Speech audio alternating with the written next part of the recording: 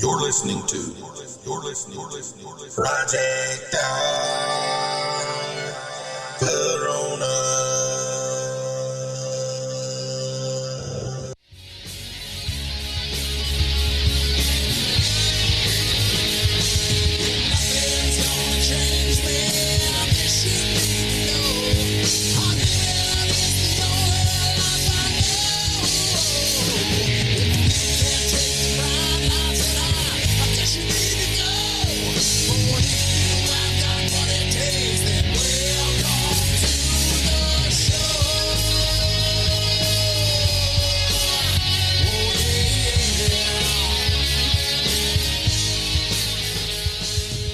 All right, welcome to Project Dark Corona Podcast. Welcome to the show, everybody. Glad to be back. Yeah, sorry it's been a couple of weeks. I got sick, and I've done forgot how to do everything here.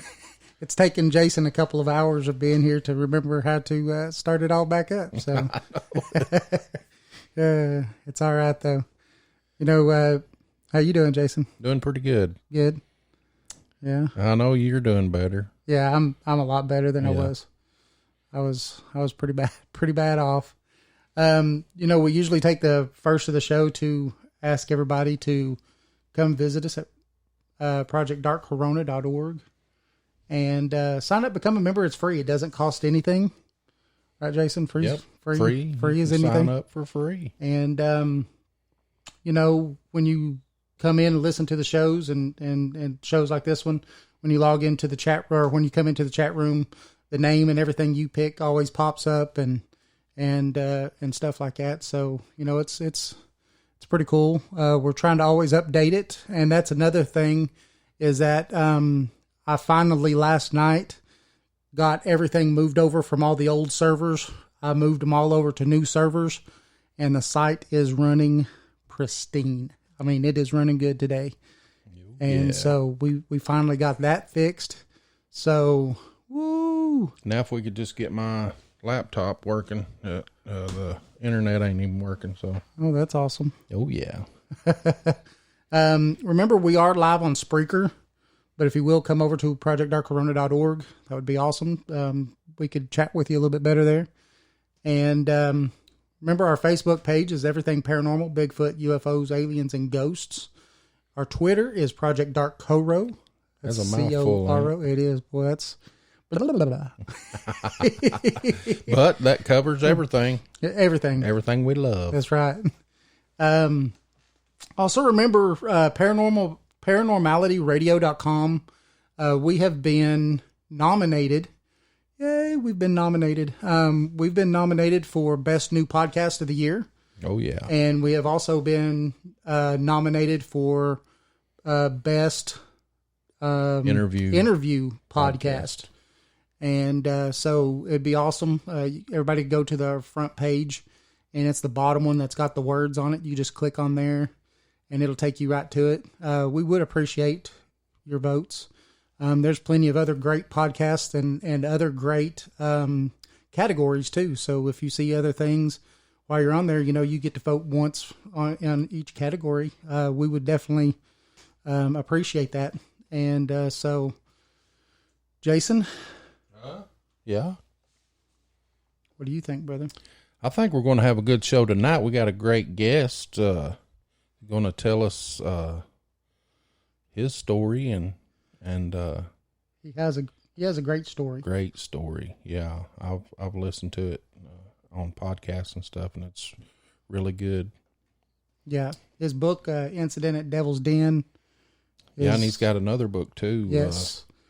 What was that? Return to Devil's Den? Oh, no, that's bad. Yeah. And he's online too. I'm sorry, Terry. I just listened to it today. But you can see both the books on our website and get to them there, and also on Terry's website, which is terrylovelace.com. Devil's Den, The Reckoning. The Reckoning, that's it. Yes. That's his newest book. Yeah, that was from 2020, looks like. So, but yeah. So what else about the website, Jason? Oh, I kind of went out of order today. That's this 2-week thing. If you go on projectdarkcorona.org and you can become a free member, totally free. But there's also a premium membership that you can get for $2, $2 a month. And that'll give you some premium content and, different podcasts and recordings and now some video.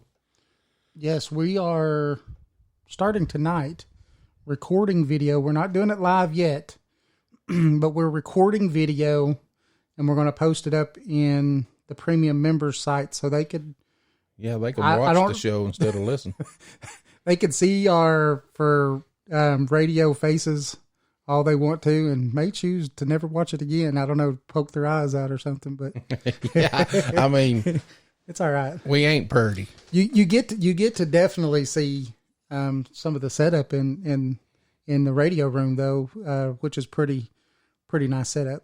So yeah, so we're going to take a quick break, and when we come back, we're going to bring Terry on, and he's going to tell us a little bit about himself and his story, and hopefully can answer some questions that David has. Man, I tell you, I've got some good questions, and he's not just the author, he was the assistant district attorney for Samoa, right? Yeah, the U.S. Samoa territory or something like that. Yeah. Yep. Also, he has a degree in psychology, and so he's been busy. Yeah.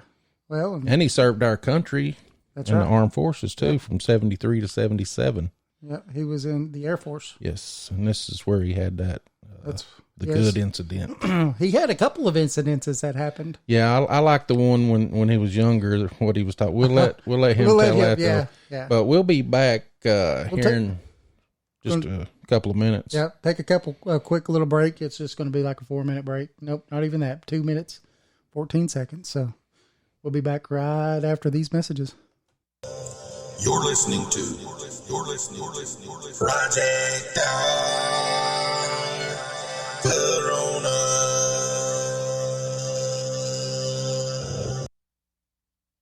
Hey, this is Jeff Reagan with the band Catalyst. You're listening to Project Dark Corona with David Reagan and Jason Scott.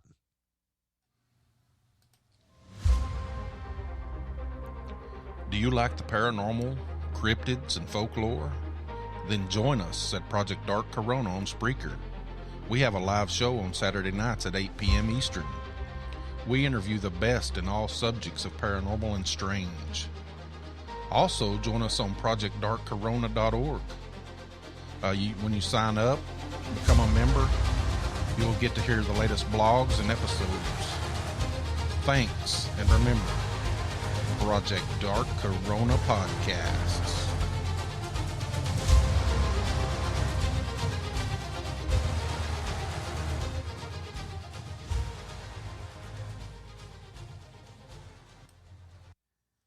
Hey everybody, this is Matt Sieber from EastTennesseeBigfoot.org.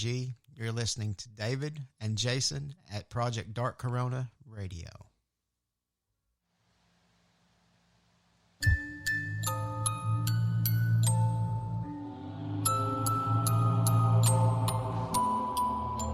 You're listening to Project Dark Corona Podcast, brought to you by Project Dark Corona. Coming to you live from an undisclosed location, deep in a bunker in the Appalachian Mountains, bringing you the strange and unknown with your host, David Reagan and Jason Scott. You're listening to Project Dark Corona Podcast.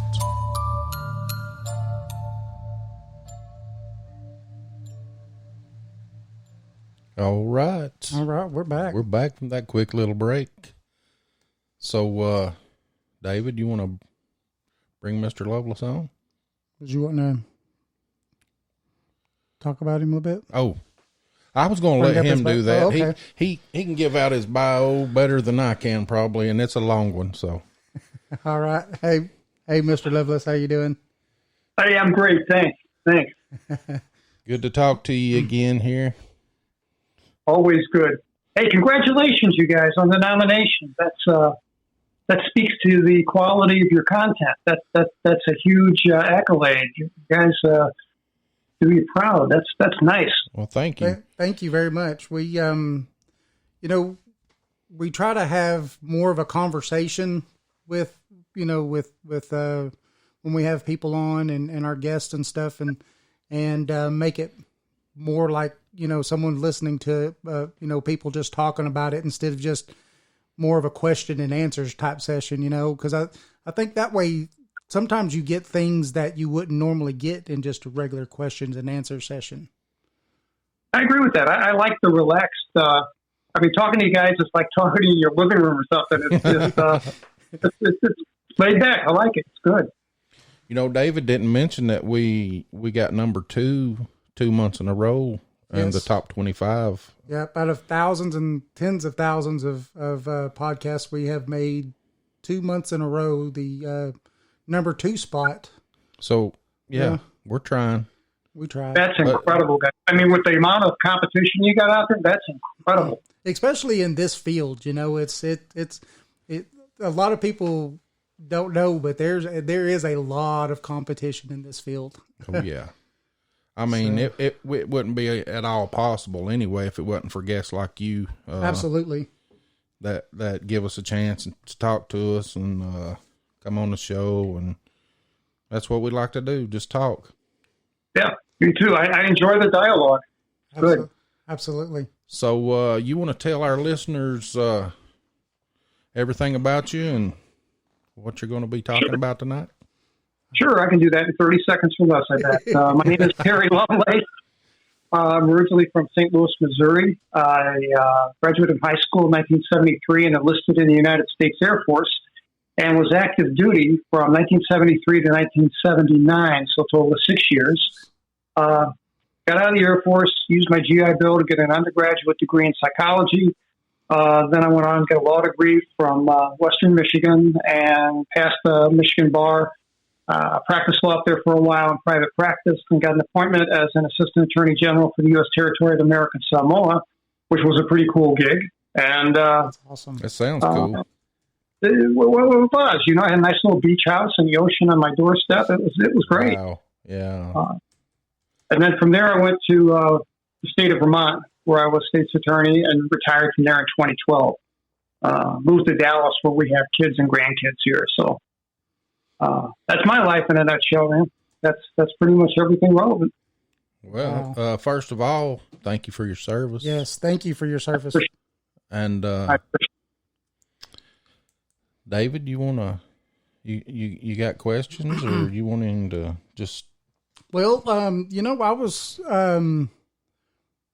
wanting to tell a little bit of his story, and because it started with you when you was pretty young, and I love how you tell the story. My wife was down here, listening, because I did the audio book, and so I was doing it while I was doing other stuff, listening to your audio book and stuff, and she was like, I really like the way he tells this story, and but when you was a kid, you were kind of tormented by no one really believing what it is that was going on with you at that time, and it started when you was, what was it, 8? Actually, it started before that. In the second book, I had experiences as young as 4. Wow! But the real traumatic experience that I had was the recurrence of what I called the monkey man. And, when I wrote this second book, I put an email address in the back of the book, and I said, look, I'm not a doctor or therapist or anything, but if you've had an experience and you'd like to share it, I'd love to hear about it. And I thought, maybe I'll get 150 emails. I got 1,700 to date. Wow. I've had people write to me and tell me that as a child, they saw, clowns, monkeys, Disney characters, raccoons, and glowing orbs of light, all kinds of crazy stuff. And I think that, when I read all this, I think that these things have the ability to appear to a kid in a way the kid will find most benign. and not threatening. Because, these things I thought were kind of comical at first. But then it took on a whole darker tone. Coincidentally, well, maybe not coincidental, but when I was having my struggles with these monkey men, coming into my room and basically abducted me at night, I had a cousin in north central Arkansas named Gerald, and I talk about him in my second book. He was being harassed by little clowns. Is that crazy or what? Little clowns. So my wife says, "Yeah, you were tormented by circus monkeys, and Gerald had clowns. That circus theme must fit your family." Yeah, so I guess so. I could see it. Them little monkeys coming in, clapping the cymbals together. Oh yeah, yeah. That's crazy. I wrote it's included in the beginning of my my first book, but I wrote a poem when I was in high school about the monkey men, and I don't know if you guys would like to hear it or not. Yeah, sure, absolutely. Let me grab it real quick here. I didn't think I'd be prepared for this. Hang on one sec.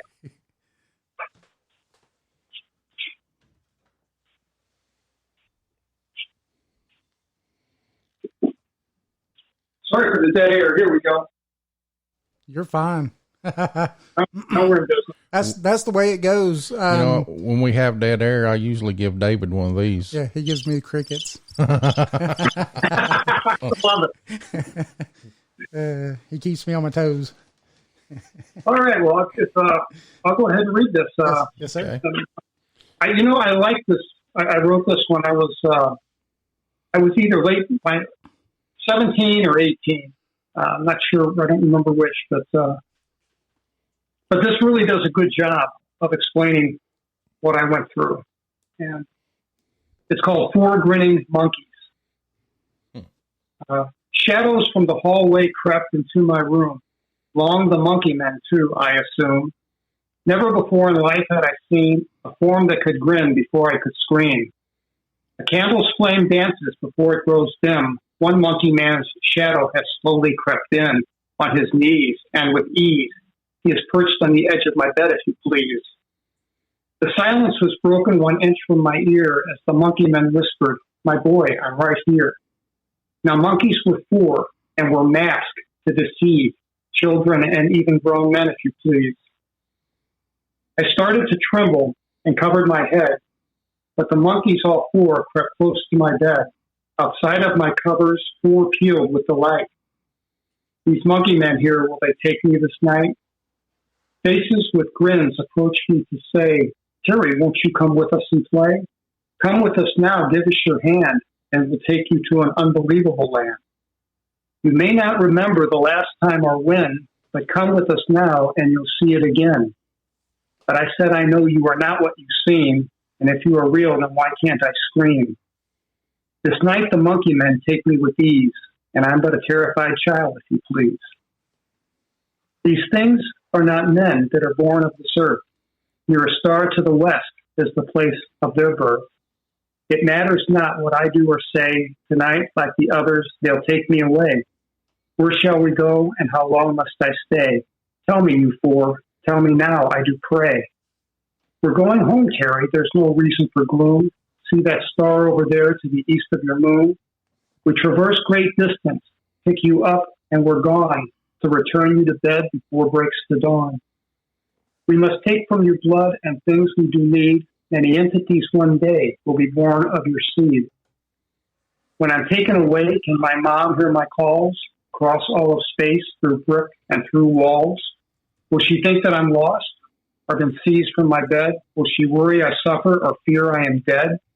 She'll cry and sob while we go and play if I don't return before dawn breaks the day. And when I return, will I come back whole, or will sinister deeds take some terrible toll? We'll soon arrive at the place we do dwell. You'll see it's neither a heaven nor hell. A place with two suns lights our day. A place that is different, but also the same. The years have passed quickly as life slips my grasp. Pray tell me, why did you hurt me, I asked. From earth you take away women and men to tag us and track us toward what an end? We are sentient beings that feel self-aware, but you are just monkeys, and monkeys don't care. As a child, I had no voice to say what may come to pass on some future day. I have the need and the right to know what was done to me so many years ago. Surely you knew that one day I'd be grown, no longer helpless, no longer alone. Did you believe that I'd live to confess the memories you stole and failed to suppress? So flawed was your sinister plan, ill-conceived, that others first scoff, but then come to believe. I swear by all that is holy and all that is right, the next time you come to take me at night, when 4 little monkeys crouch near my bed, I'll take my revolver and shoot them all dead. Wow. And that's it. That's great. That's awesome. And you wrote that when you was in high school, right? I did. Yeah, that's fantastic. So now, do you still feel the same way when you were that in high school? Now, you know what I'm trying to say? Do you still? You know, when I was about 9, it all stopped. And then I had one experience when I was 11, and then I had 11 more years of nothing until I was 22 years of age. But, you know, looking back at it, over 45 years, really looking back at it over 60 plus, 65 plus years, you know, I had a lot of anger and resentment toward them. But I guess when I look at it, you know, they could have taken me away and never brought me back. I could have been one of the thousands of people that disappear, you know, like David Paulides investigates all the people that disappear from state and federal parks. Yes. And, it's a lot of people, man. A lot of people. And I wonder where those souls go.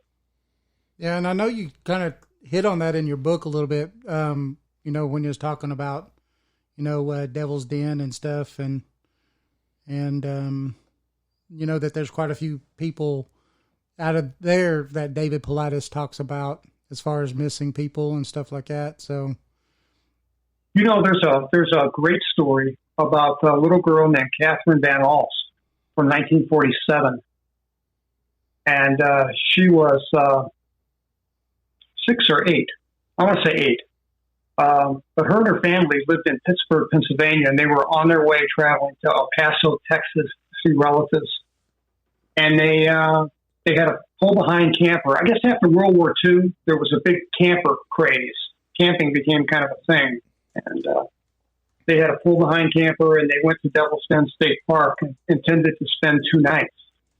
And on the morning of after their first night there, the family gets up. It's mom and dad, Catherine's 2 younger brothers, and herself.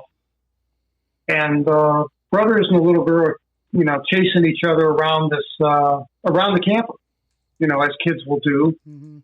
And mom's setting the picnic table for breakfast, and the 2 boys pop out, but there's no Catherine. Mm. And, you know, mom's annoyed, and she says, "Boys, where's your sister?" And they're like, "Well, she's right here." And she's like, "You know, I'll go find her." So they run, they check the bathrooms, they come back, they can't find her. And then the old man gets out of bed and gets up, and they're you know, then they're starting to get worried, and they enlist the help of these other campers because the terrain off of the campground there is pretty rough. It's you know, loaded with rocks and trees and heavy brush. And she was in flip-flops and a swimsuit. And the park rangers were there by noon, and by 2:00, the rangers from the federal park on the other side of the road, Ozark National Forest, came over to help with the search. And search expanded, and they got 2,500 people out looking for this little girl. And they're covering as much ground as they can. Of course, they didn't have forward-looking infrared radar. They didn't have helicopters, but they did have the Civil Air Patrol out of Little Rock make a number of flights over it. And they had a bunch of college kids from Arkansas State University that they bussed up to help look for this little girl. And 7 days. This was the morning of her seventh day gone. And at 3 o'clock in the afternoon, this was going to be transitioned from a rescue to a recovery and scaled back. And so this is 1 o'clock in the afternoon. There's a college student, I forget his name, 19-year-old college student, and he goes up on this. He's some miles. I want to say 6 miles from the campsite, and he's walking up this rocky, steep incline. That's you have to take a zigzag trail to get up it because it's so steep. And this is the top of this plateau had been searched numerous times and never found anything. So, he's going through the motions at this point, and he's yelling, "Catherine!" And this little girl pops out from under a limestone overhang and says, "Here I am." Wow. And this kid just melts. Porter Chadwick was his name. And he just melts down, and it's just like, "Oh, my God, where have you been? Are you okay?" And he asked her, he said, "Well, how did you get up here?" And she said, "Well, I woke up here this morning, and I just thought I'd wait for you to come and get me." And he said, "Well, what did you do last night?" "Don't remember." "Night before?" "Don't remember." And the little girl was just shocked to find out she'd been missing for 7 days. She thought she'd been gone a matter of hours.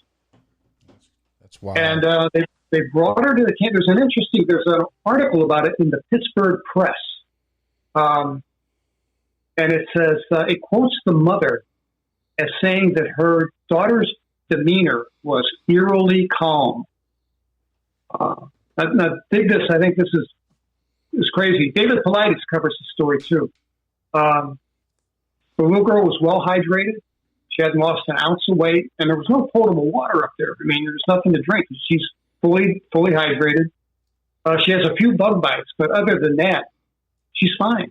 Wow. So, I tried to find her. I mean, I knew it was a long shot because so much time has passed. And the name Van Alst is a lot more common than I ever imagined. So I didn't have any luck finding her. But man, what an opportunity lost. I would have loved to talk to her.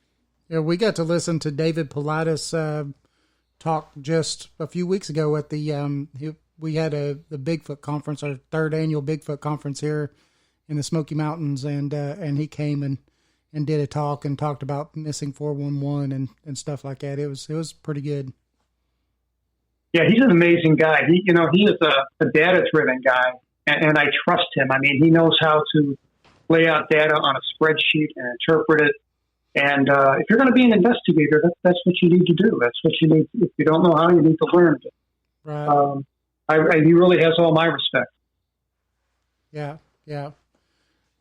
Now, I know. So when you was younger, you saw the monkey men, and then the monkey men, they kind of, you stopped finally seeing them, I guess, after a while. It was about what, 10 or so when you 9. Yeah. Well, yeah, 9. I saw a UFO out of my bedroom window when I was 11. Yes. And but the monkey men, that all kind of just fizzled out. And you'd seen throughout your life, though, you seem to be kind of almost a magnet for these kind of things, because not only that, but then when you become enlisted, you actually had an incident over Kilo 5 site. And it was unbeknownst to you when that missile tech guy slipped and fell, right? And they called you in as an EMT. Yes. You wanna tell that story, because that's a pretty fascinating story. This was January 1975, and I was an EMT, a medic, first responder at Whiteman Air Force Base Emergency Room. Now, Whiteman Air Force Base back then was a SAC base. There is no more Strategic Air Command. I don't know what they call it now. Whiteman Air Force Base is still around. It's home to the B-2 bombers. So technically, it's still a nuclear base. When I was there, they had nuclear-armed B-52 bombers, a squadron of those, and then a squadron of Minutemen II ICBM missiles, kind of spread out all over the countryside. They want to spread those things out as far apart as they can to make them survivable so they can launch. And one of these missile techs was working on this missile in the middle of the night doing routine maintenance and slipped and fell off a ladder and fell something like 12 feet. But didn't hit that hard. I think he was able to grab a rung or two on his way down. And he wasn't that badly hurt. Now, he had broken an ankle, but I mean, he could have hit his head. It could have been much worse. Mm-hmm. So we're headed out there, and the call itself was a little bit unusual in that the normal call that we would get would be from somebody in authority at the missile site who would tell us, what we had, what the injury was, whether the person's walking and talking. And we didn't get any of that with this run. We didn't get any of that. There was just, missile tech fell, he's hurt, come get him. All right. So we hopped in the ambulance, and I think it was about 10 miles from the base. And it was absolutely bitterly cold. I think it was below zero. It was just incredibly cold that night. And we rolled up on this, we were actually about a mile and a half away. And we rolled up on this guy, this security policeman, sitting in the middle of the road outside of this truck. Actually, no, he was inside. He was supposed to be outside, but he was inside with the heater going because it was so cold. And I rolled up on him. I rolled the window down, and I said, "Hey, man, what's up at Kilo 5?" And he says, "Boy, it beats me." And we could see in the distance this weird orange glow over the missile site. This was the launch control facility where the missiles housed. And the whole, this big dome of orange glow. And it was weird. I'd never seen anything like that before. And what it was they had a half a dozen security police vehicles there. And they all had these orange overhead flashing lights. And they were all flashing out of sync. And because it was so cold, the exhaust fumes made this big cloud that glowed orange. So it's crazy. When we rolled up on it, the place had a crazy vibe to it from the start. And there was it's either a captain or first lieutenant, I want to say captain, standing in the middle of the road with a radio. And I pulled up and I said, "Can we pick up our man, sir?" And he says, "No, not right now. Nobody goes in or out until I authorize it. Pull your ambulance over there. Stay off the radio," which I thought was kind of an odd request, "and stay in your vehicle. And when it's clear to go get him, I'll let you know.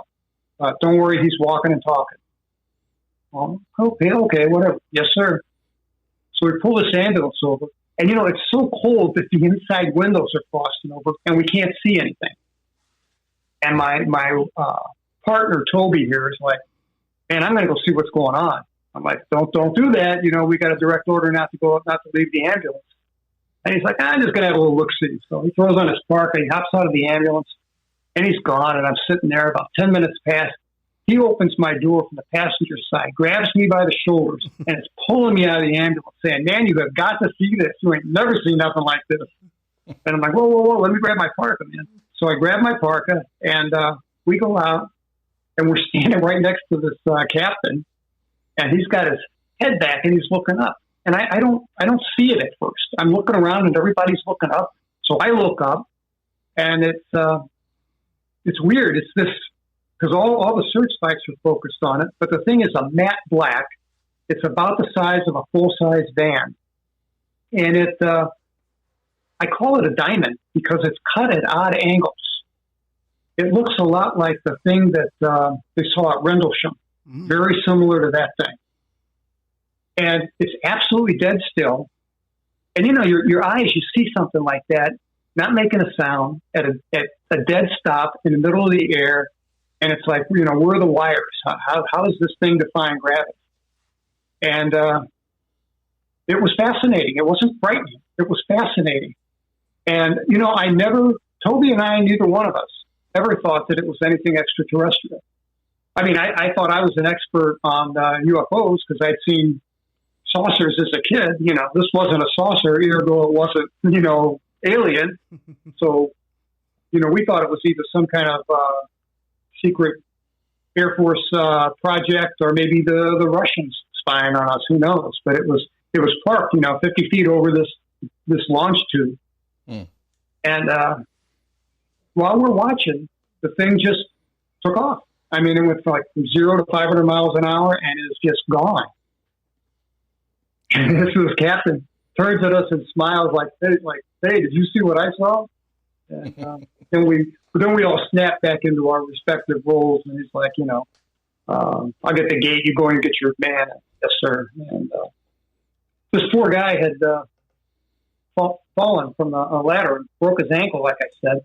They parked him in this little triangular-shaped or trapezoid-shaped building where there was an elevator to go down to the bottom of the launch tube. And there's a little office there, a desk, a coat rack and a trash can. They got him sitting in a chair with his foot up on a trash can. He can hear all this stuff going on outside, and he's like, "Man, what am I missing? What's going on?" So we pick him up, and he's not concerned about his ankle, at all. He's like, "What did I miss? What's going on out there? What I want to know. I want to know." Yeah. So we told him. He's like, "Oh man, that's so cool." He's bummed that he missed it. But then my friend Toby, who's really a math wizard, drew a picture of this thing, and I wish I had it because he had the presence of mind to count the facets, the panels on the side of the thing. So when he drew it, it was actually a pretty fair representation, and it looked a whole lot like that thing they saw at Rendlesham. Now, are these any of the pictures that you have on your website, terrylovelace.com? Yeah, I think there's a picture of Kilo 5 in there. I just before the start of the show, I put all those pictures in our chat room, everybody. It's at the very top of the chat room right now. If you want, I could put them back in towards the bottom, but you could click on each one of those pictures that is on his website and kind of follow along with what it is that he's talking about. Because I've got the drawings and everything that he has on that website in the chat room right now with us. Yeah, that's some pretty interesting stuff. I wish I had more photographs, but that is a photograph of Kilo 5. They came and pulled the missiles out in 1995, so they're not there anymore. Yeah, it's crazy. Now you see the things for sale, and people are making apartments and stuff out of them. Yeah. I've been in one. It's not, I wouldn't want to live down there. But, I guess if you're worried about the future, and the possibility of things really going the bad direction, yeah. I guess that's not a bad option. Right. Now, thinking back on that, when you saw this ship and then you think nowadays to our stealth technology, do you think that this could be where we've gotten some of our stealth technology? Yeah, I sure do. And you know what? I'm not convinced that it wasn't some kind of black project of ours.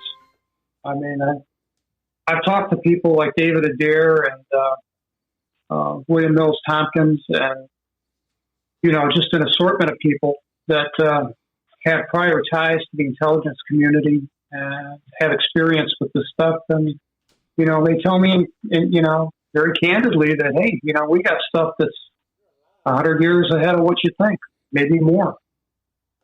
So, yeah, I don't know. Do you think that a lot of that is backward engineered technology? Absolutely, I do. I see in the back of my first book, and I think it's true. I don't know what the truth is, but I wish I knew. But it has to be one of these three options. It has to be that either we're working arm in arm with ET towards some shared agenda, or we're in some kind of arrangement with them where there's a quid pro quo where we give them, people maybe? Cattle? I don't know. Mm-hmm. We give them something of value to them, and then they give us technology. And then there's a third option, and that is that, our government is aware that they're here and that they take people and cattle, and they can't do a darn thing about it. Right. And the technology that we have may have been from recovered crafts or something. Yeah, that's we are writing a book, and in the book, I don't know. I've had a theory for a very long time, and I don't know, because it goes along the line, kind of almost in between the lines that you just, laid down, a little bit of some of each of it, I think. And it all falls into, who really knows, I guess. But, I honestly think that there's a very good possibility that some of these, I'm not saying all either, I think some of these may be us from the future. Yeah. And we're calling the name of the book, the running title right now is the future seeding the past. And and in it we kind of draw where we think that maybe somewhere in the future there's something going on, whatever it is. We haven't, drawn that conclusion, but something's going on. And they've realized that because of this, they need to speed up how fast our technology and where we are in technologically through our timeline. And so it kind of hits on the ancient alien theory, but not really as far as the ancient alien theory. It hits on it as, after the Great Deluge over 12,000 years ago, mankind had to restart.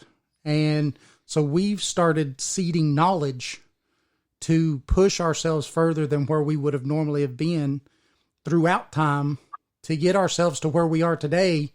But today we're still seeding ourselves with quote unquote Roswell crashed vehicles and these, and we're thinking that they're sending just enough technology to get us to the next point to where we understand the next technology, and trying to get us to whatever level it is. That's just a running theory of ours I think it's a good one. I do. I talked to a lot of people. I did like 37 shows in the month of May. It's insane. Wow. And the common theme that I hear from people is that everyone has this vague anxiety that something big is coming. Yeah. And I think that's true. I think we do. Everyone I talk to has that vague anxiety something big is coming. And that's kind of scary.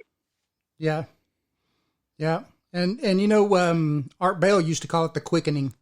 He thought that the quickening was happening, that, he kept calling it the quickening, and that things seems to be getting faster and stuff like that, and I don't know, it just... Even King reference. Yeah. Yeah. It just, I don't know, it just seemed to fit, and and that's the way we were going with it anyway. Whether it's right or not, I guess no one will ever really know, but... Who knows? We may know. Exactly. Yeah. And like you were saying, as far as, the people in the, black projects and stuff like that. Now we know some of those people know. And Luis Elizondo seems to know quite a bit himself. But I don't know. That's another. I published that book, the first book, in March of 2018, and about 8 weeks after it hit Amazon, my phone rang, and I saw on the caller ID it just said Los Angeles, and I thought, I know people in LA, so I took the call, and I'm like, oh, and this guy says, "Hi Terry, it's Tom DeLong," and I'm like, I had no clue who the guy was, so I'm like, well, good to hear from you, Tom. How you been? And he's like, well, I'm good. He says, I got Lou Elizondo here, General McCardle, and there was somebody else, maybe Chris Mellon. I don't remember.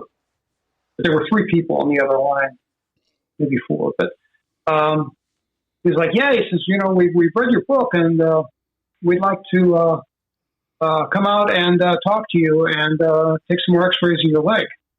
I'm like, sure, whatever you need, man. And I had never heard of To the Stars Academy. To the Stars, yeah. So I after I got off the phone with this guy, I did my homework, and it all seemed kind of strange, Figured out that Tom DeLonge was a rock star from Blink-182. Yep. And, now he is, he's got all these people that came to work for him from federal government, from the upper echelon. I mean, Lou Elizondo was in Defense Intelligence Agency. Yeah. And, he ran ATIP. And I had the pleasure to meet him. He came down. I had a weird problem with helicopters. And I had these helicopters that would buzz my house. And, at first it was kind of comical. It was kind of a joke, but after a while, it really started to wear on our nerves. And I told Lou about these helicopters, and I sent him some pictures of the helicopters. And he's like, "Oh, I'd like to come down and check it out." So he spent 2 days with me and with my wife. He didn't stay with us, but 2 days worth he was there, and didn't see a helicopter one that day. But what's crazy is after the second day, he wanted to tape my story. He had a cameraman there, and we went out to a restaurant after, he was getting ready to leave, and took him to a really, really nice Tex-Mex place in downtown Garland, is the suburb that I live in, right outside Dallas. Okay. And, we went in, had a nice meal, come outside, and his cameraman's loading the stuff in the back of the van, and he slams the door, and I swear the second he slammed the door, this olive drab helicopter with no markings whatsoever comes flying. I mean, this thing is about 400 feet over the ground and doing maybe, 250 miles an hour, comes right up Main Street, right over our heads. Mm. And, cameraman's perturbed because he doesn't have his camera. Who just looks at me and nods, He's a very, very credible guy. He's a very intelligent man. Yes. So, yeah, I think you make a good point, and I want to see what happens in the future. Yeah, I think we're going to take us a quick break, so everybody can take a break. But when we come back, I do want to. Well, I do have some other questions though about your story a little bit, and actually get into what happened at Devil's Den when you and your buddy went out there to go camping for your one and only time ever. Yeah.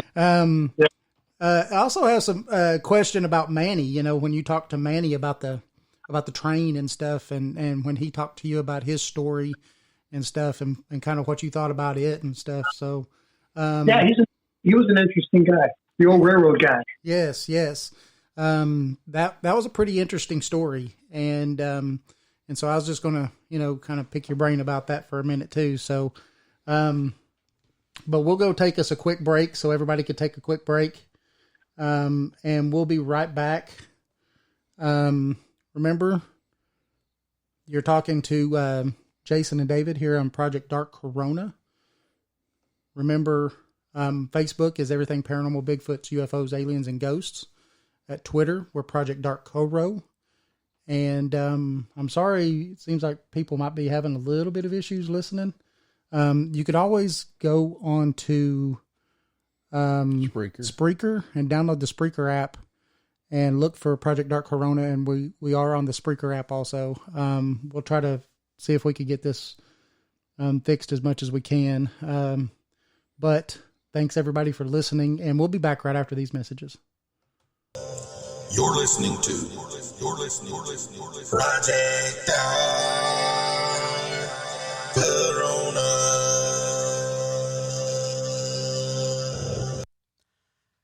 everybody. This is Matt Sieber. I'm stuck in a bunker with David and Jason on Project Dark Corona.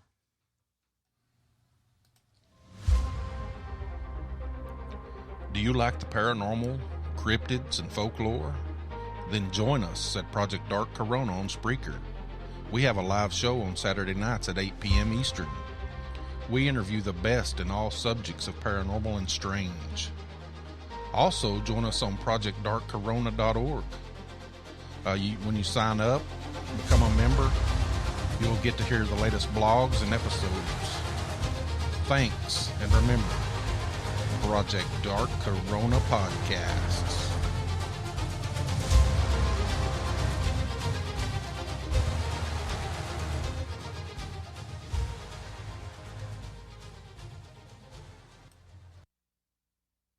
Hey, this is Jeff Reagan with the band Catalyst. You're listening to Project Dark Corona with David Reagan and Jason Scott.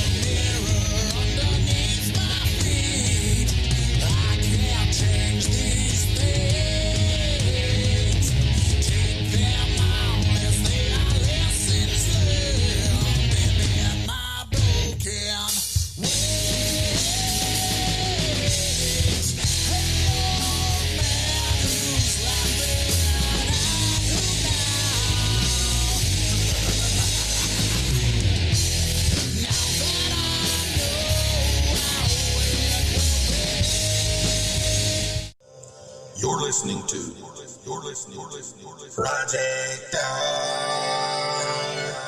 Corona.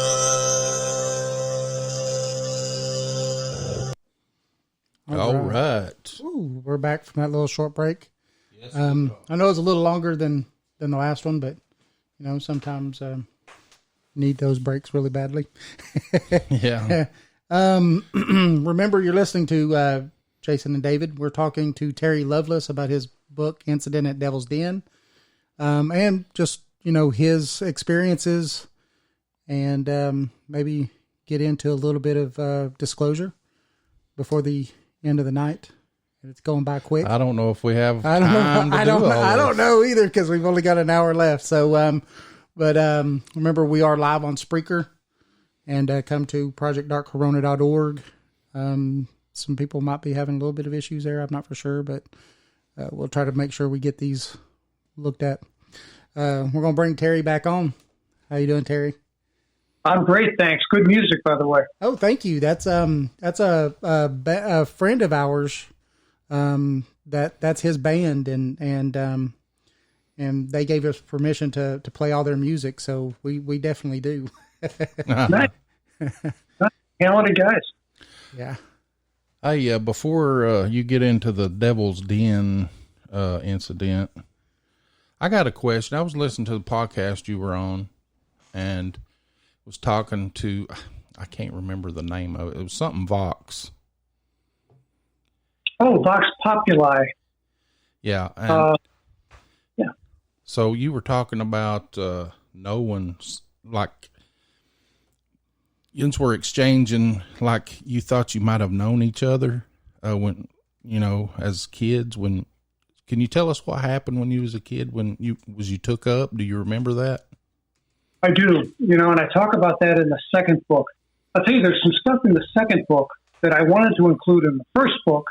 And, I'm paying this guy who's an editor, with experience in this stuff. And he's like, man, you talk too much about your childhood stuff. Nobody wants to hear that. They want to hear about the camping trip.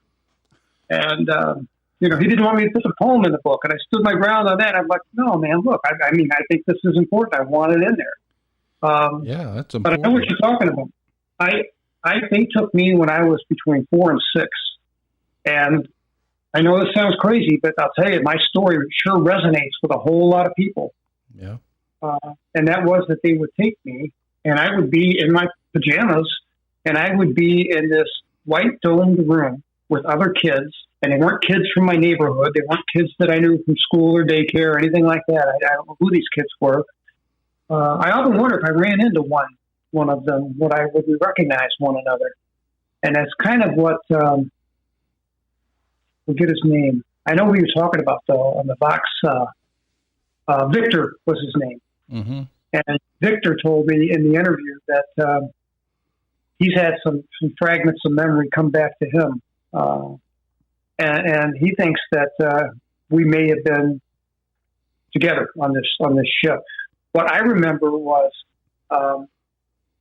we would go up there and play, and I didn't know where we were. I mean, I was a kid, and it just seemed natural to me. And there was a woman there that all of us kids called Sue, and she wasn't a human being. She may have been a hybrid or something, but the back of her head was bulbous and big, and she had like no discernible ears, no hair, pretty much a flat face. And I know this sounds crazy. One of the reasons why I think my editor didn't want me to include it in the first book, and that is that we spoke with each other telepathically. And I know. That's really not that crazy. I mean, that's what most people say that. I sure had a lot of people email me and say, yeah, I remember that. And this one lady from Ohio emailed me and said, you know what, I remember being in this room, and I didn't put this in the book, I don't think, not until the second book, but we used to play with these geometric,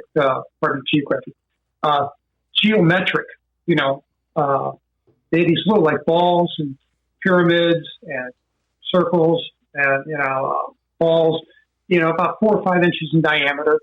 And these things weighed nothing. They were all different colors.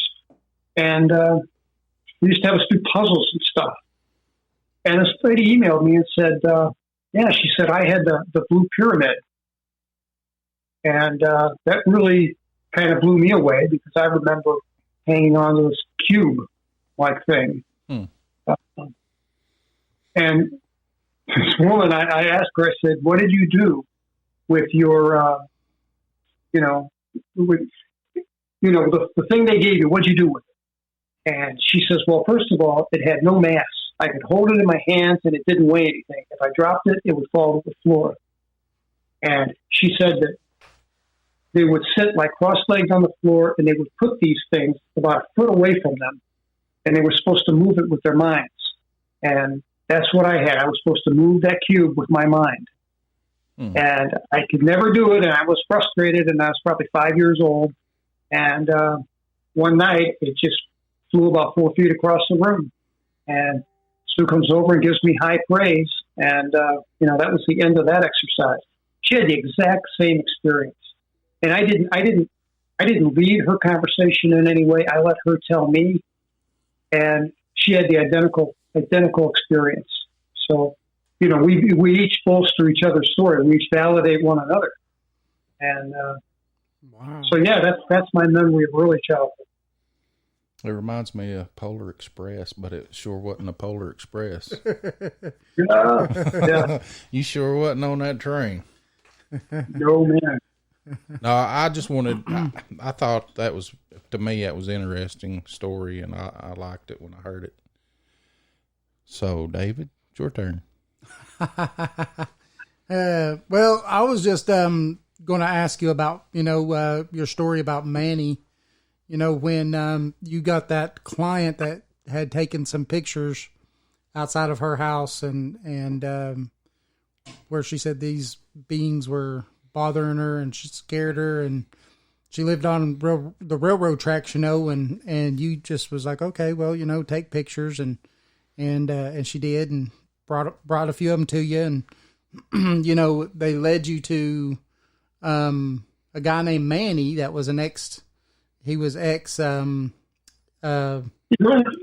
engineer. Railroad engineer. Yeah. And at first he was concerned and then he was like, hold on a second, this thing's moving, but it looks like it's moving vertically, not horizontally. Yeah. His eyes got big. I mean, we were in a little diner having lunch. I bought him lunch and, we were sitting there talking. And again, I don't want to lead the guy. I just show him the picture and ask his opinion. And like you said, at first he's like, oh, that's a track hazard. Something has to be done about that. And then he's looking at it. He's like, what? And that's when he told me that he had an experience himself. He was driving across, I believe it was New Mexico, and a long, long stretch of straight rail. And, middle of the night, and he sees what he thinks is a truck or something on the tracks pretty far in the distance. It's a light sitting on the tracks. And, he's sounding his horn. He's concerned. And while he's watching, this thing shoots vertically, goes straight up in the air. And he said, a lot of people don't believe in this stuff, but I'll tell you, you see it one time and you'll believe. I said, yeah, you got a point, man. Yeah, that's... I went there and I the picture, I won't go into the whole long story, but I could tell where this thing was by there's a radio broadcast tower in the back with this red light. And so she took this picture and it's dark, but you could see the red light from that tower and you could see the tracks because I guess the flash went off. So I could go and see right where it happened. And, at first I never thought I'd see this lady back again. I thought she was mentally ill, to be honest with you. And I think she may have had, some struggles with that. But boy, she sure got a heck of a picture.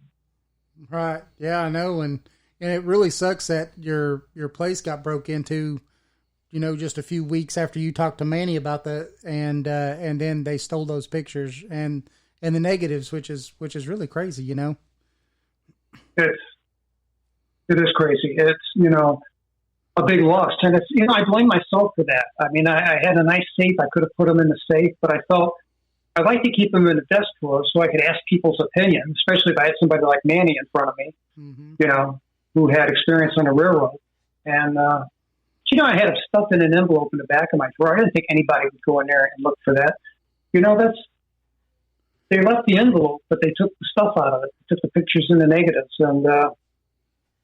And that's, I think that was the object of the break-in. I really do. Well, and that's kind of, when you was talking about it in the book, I think, you didn't really allude to that, but it kind of seemed like it kind of actually popped up in your mind, like, that's missing and it shouldn't have been, out of everything they took, you said you had $20 bill in your desk drawer that they took and some, that you kept around. Yeah. The old, justice scales and I had in there. Yeah. And all that stuff. But then a random envelope with pictures that if most people would probably look at them would just dismiss them as just whatever. And the negatives, but then they just took the pictures and the negatives and left the manila envelope in the back of your desk drawer. And that does make you seem like you think, was that what they were looking for? And then they staged everything else to make it look like a break-in. I didn't say that in the book because that's drawing a conclusion. Right. Exactly. And I don't like to do that. I don't like to draw a conclusion unless I can support it with facts. But here I think the facts kind of make it look that way.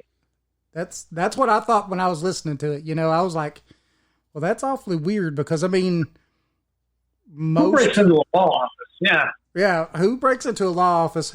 And okay, I could see the $20. Fine. You stole the $20.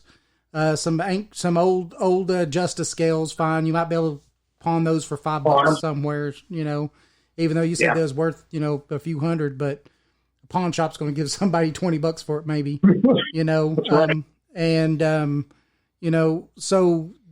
And then for some just inconspicuous photos that really, like when you describe the photo, you really have to understand the content and the context of what the photos even are to really be able to understand what it is. Cause it was 3 photos and some negatives, right? Yes. And right. So for those to turn up missing, you would almost think that they would, be the object or at least an object of what they were looking for. And I mean, that really begs the question, who would be interested? Who would want to do that? I mean, I don't know. That goes around a lot. That goes back to those black projects then. Black helicopters. Yep. All your helicopters and all those black project people. I think that has a lot to do with it. I don't know. That part of it really fascinated me where just those turned up missing. And it's not like it's a blatant picture of a UFO, No, not at all. And so for someone to take them, it just seems like that would be why they were doing it. So, but I've also heard that a lot of people who have been taken throughout their lifetime, the government kind of knows these people and keep watch of these people, listen to conversations and different things. And, that may be conspiratorial to some people, but I just think, I think that that's probably part of the fact. I really had some crazy things happen since I published this first book back in 2018. Since 2018, I've had some crazy stuff happen. I've been married to my wife 46 years or something, long time. Anyway, after this incident at Devil's Den happened, and this happened, we lived in 3 or 4 states in the U.S. territory and moved around a lot. And in the middle of the night, our TV will go on. It doesn't matter what house we're in or which television we had, because we've had, dozens. and the television, and it's still happening.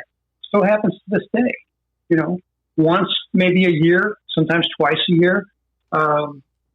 The television will just kick on, and it's on the last channel that was on, and it'll just start talking in the middle of the night. And, you know, it used to freak us out. You know, it used to scare us. But it's long gone. Those days are over. Now it's just like, it's like whichever one of us is most awake will go in and grab the remote and turn it off. And we say out loud, knock it off. I don't know if that helps or not, but it makes me feel better. You know, it's funny because a lot of people do tie, you know, the paranormal in with, you know, the UFO and different things because of things like that. You know, what got me going down this trail myself was as a kid, and I mean as a little kid. It started when I was about 5, and I could remember it three.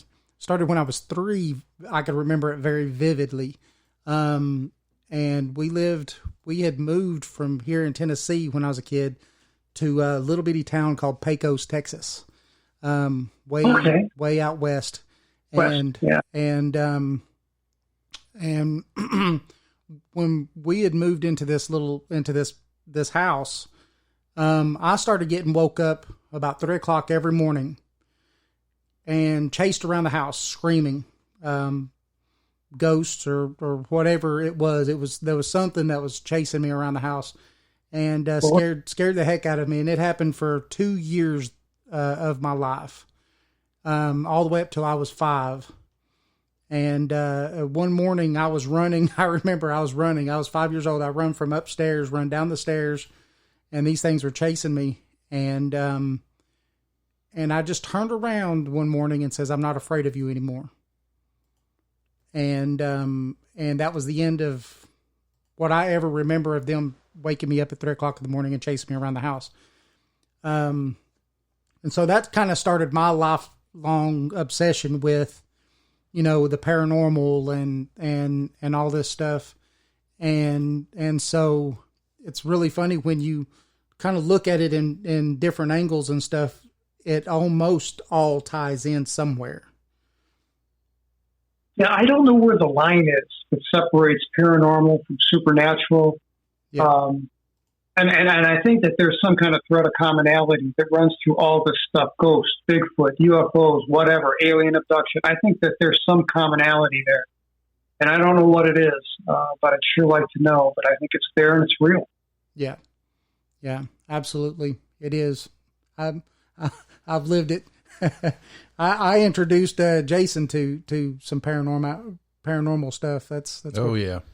I had a house that was very active at one point, and introduced Jason to it. So he got a firsthand experience.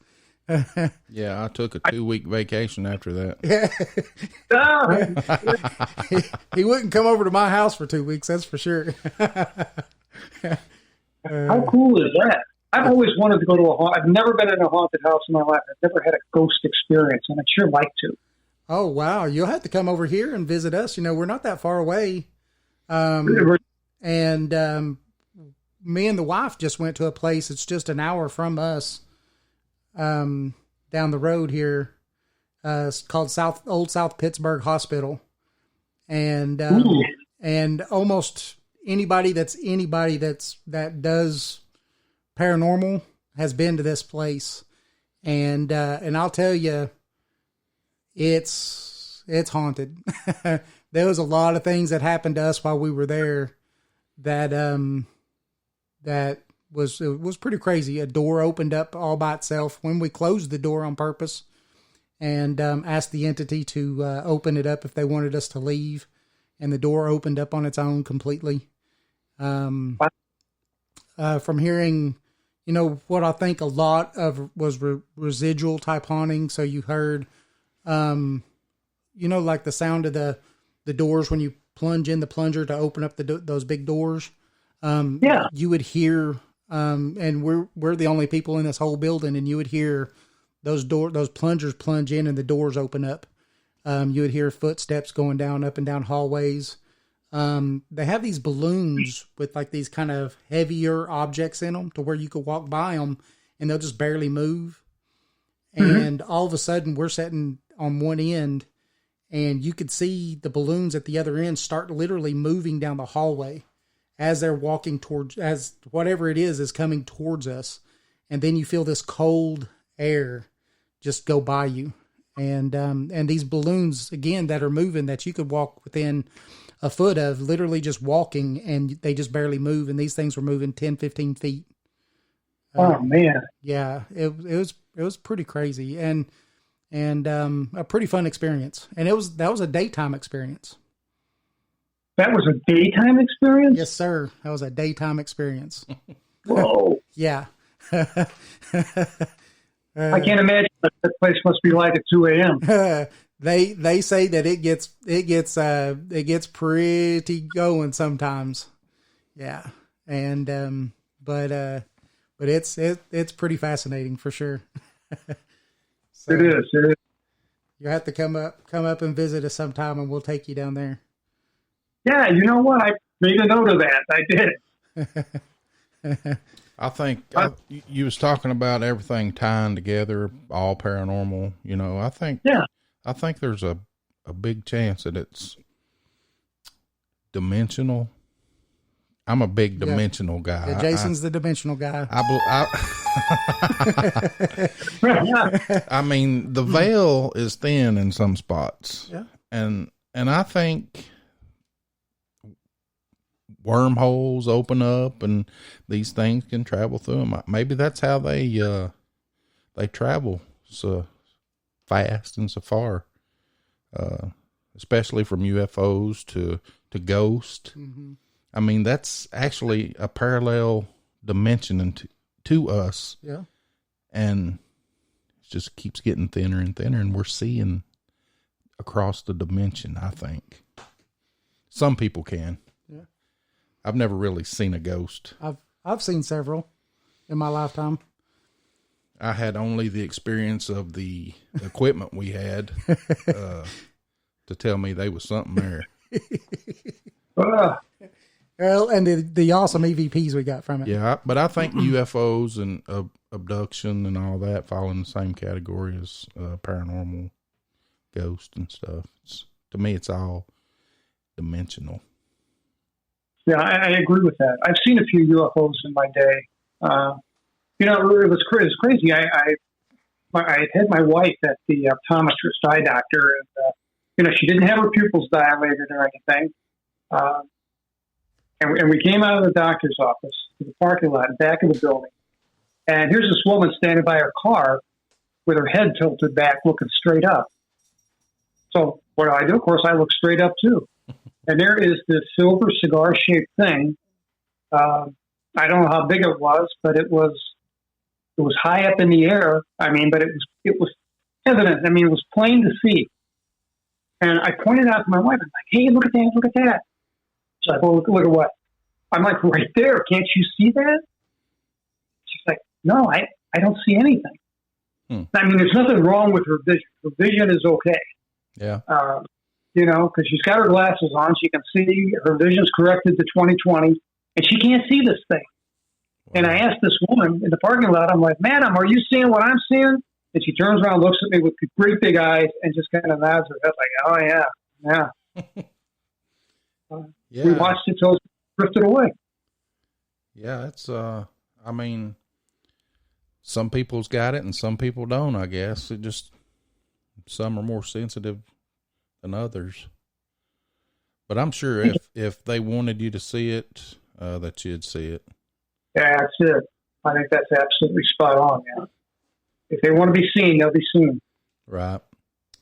So, let's go ahead and talk about the Devil's Den incident. Yes. Tell everybody your story about that. Sure. I worked with this guy, Toby. I worked with him in the ER, as I said earlier. And he came up to me one night and said, hey, man, I got an idea. Let's go camping. And, I was a city kid. He was a city kid from Flint.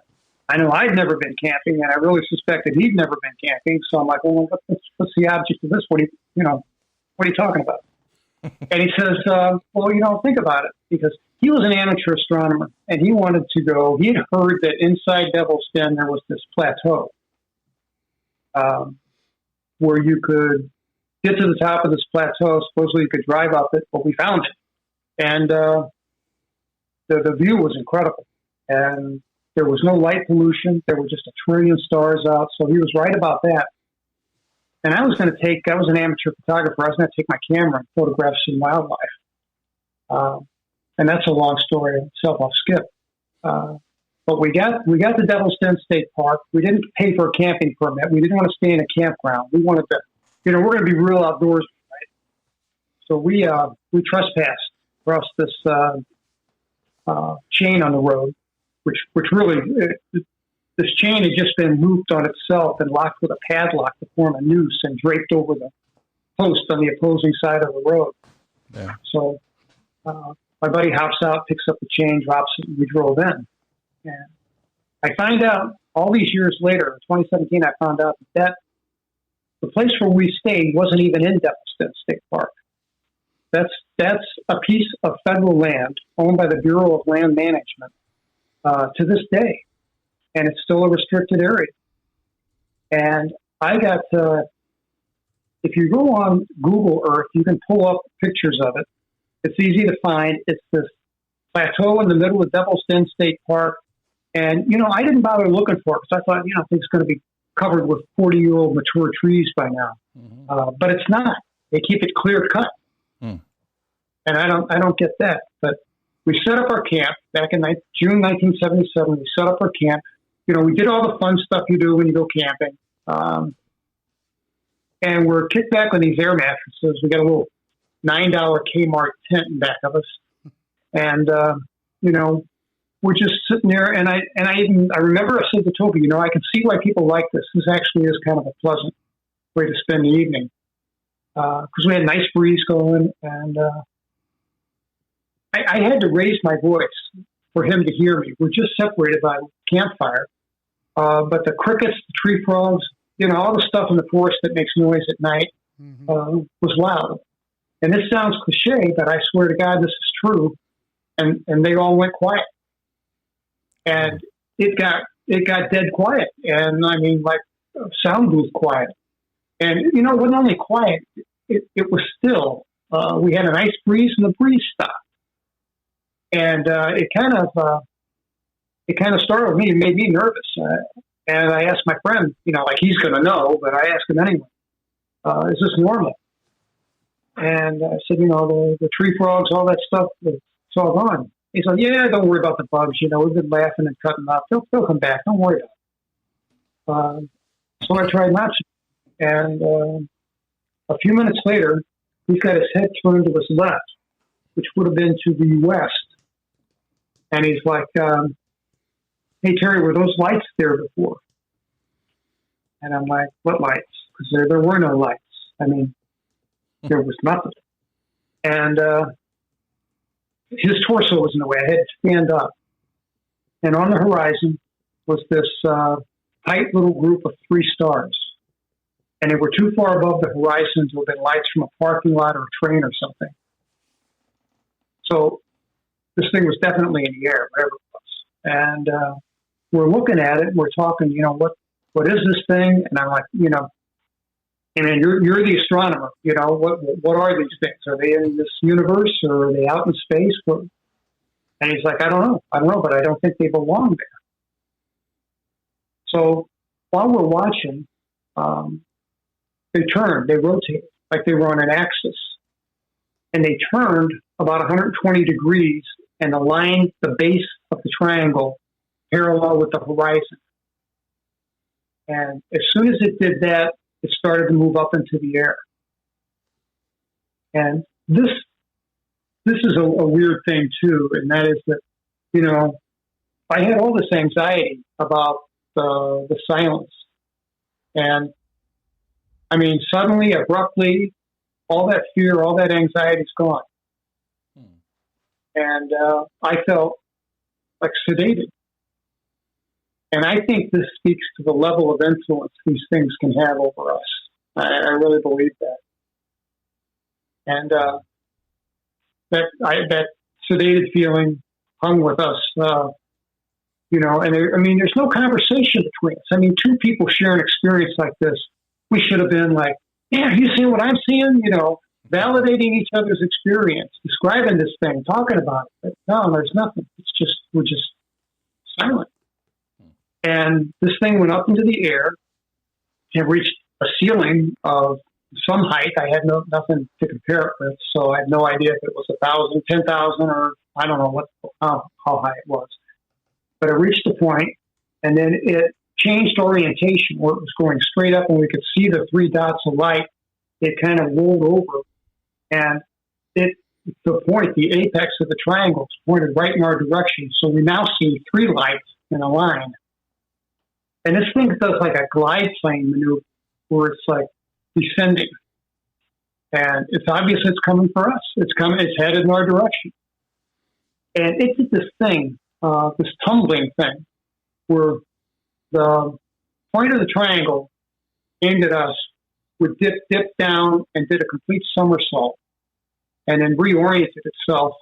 And I don't know where it came from. My thought was that, yeah, that's their way of showing us that they're in control, that this thing isn't, out of control, just,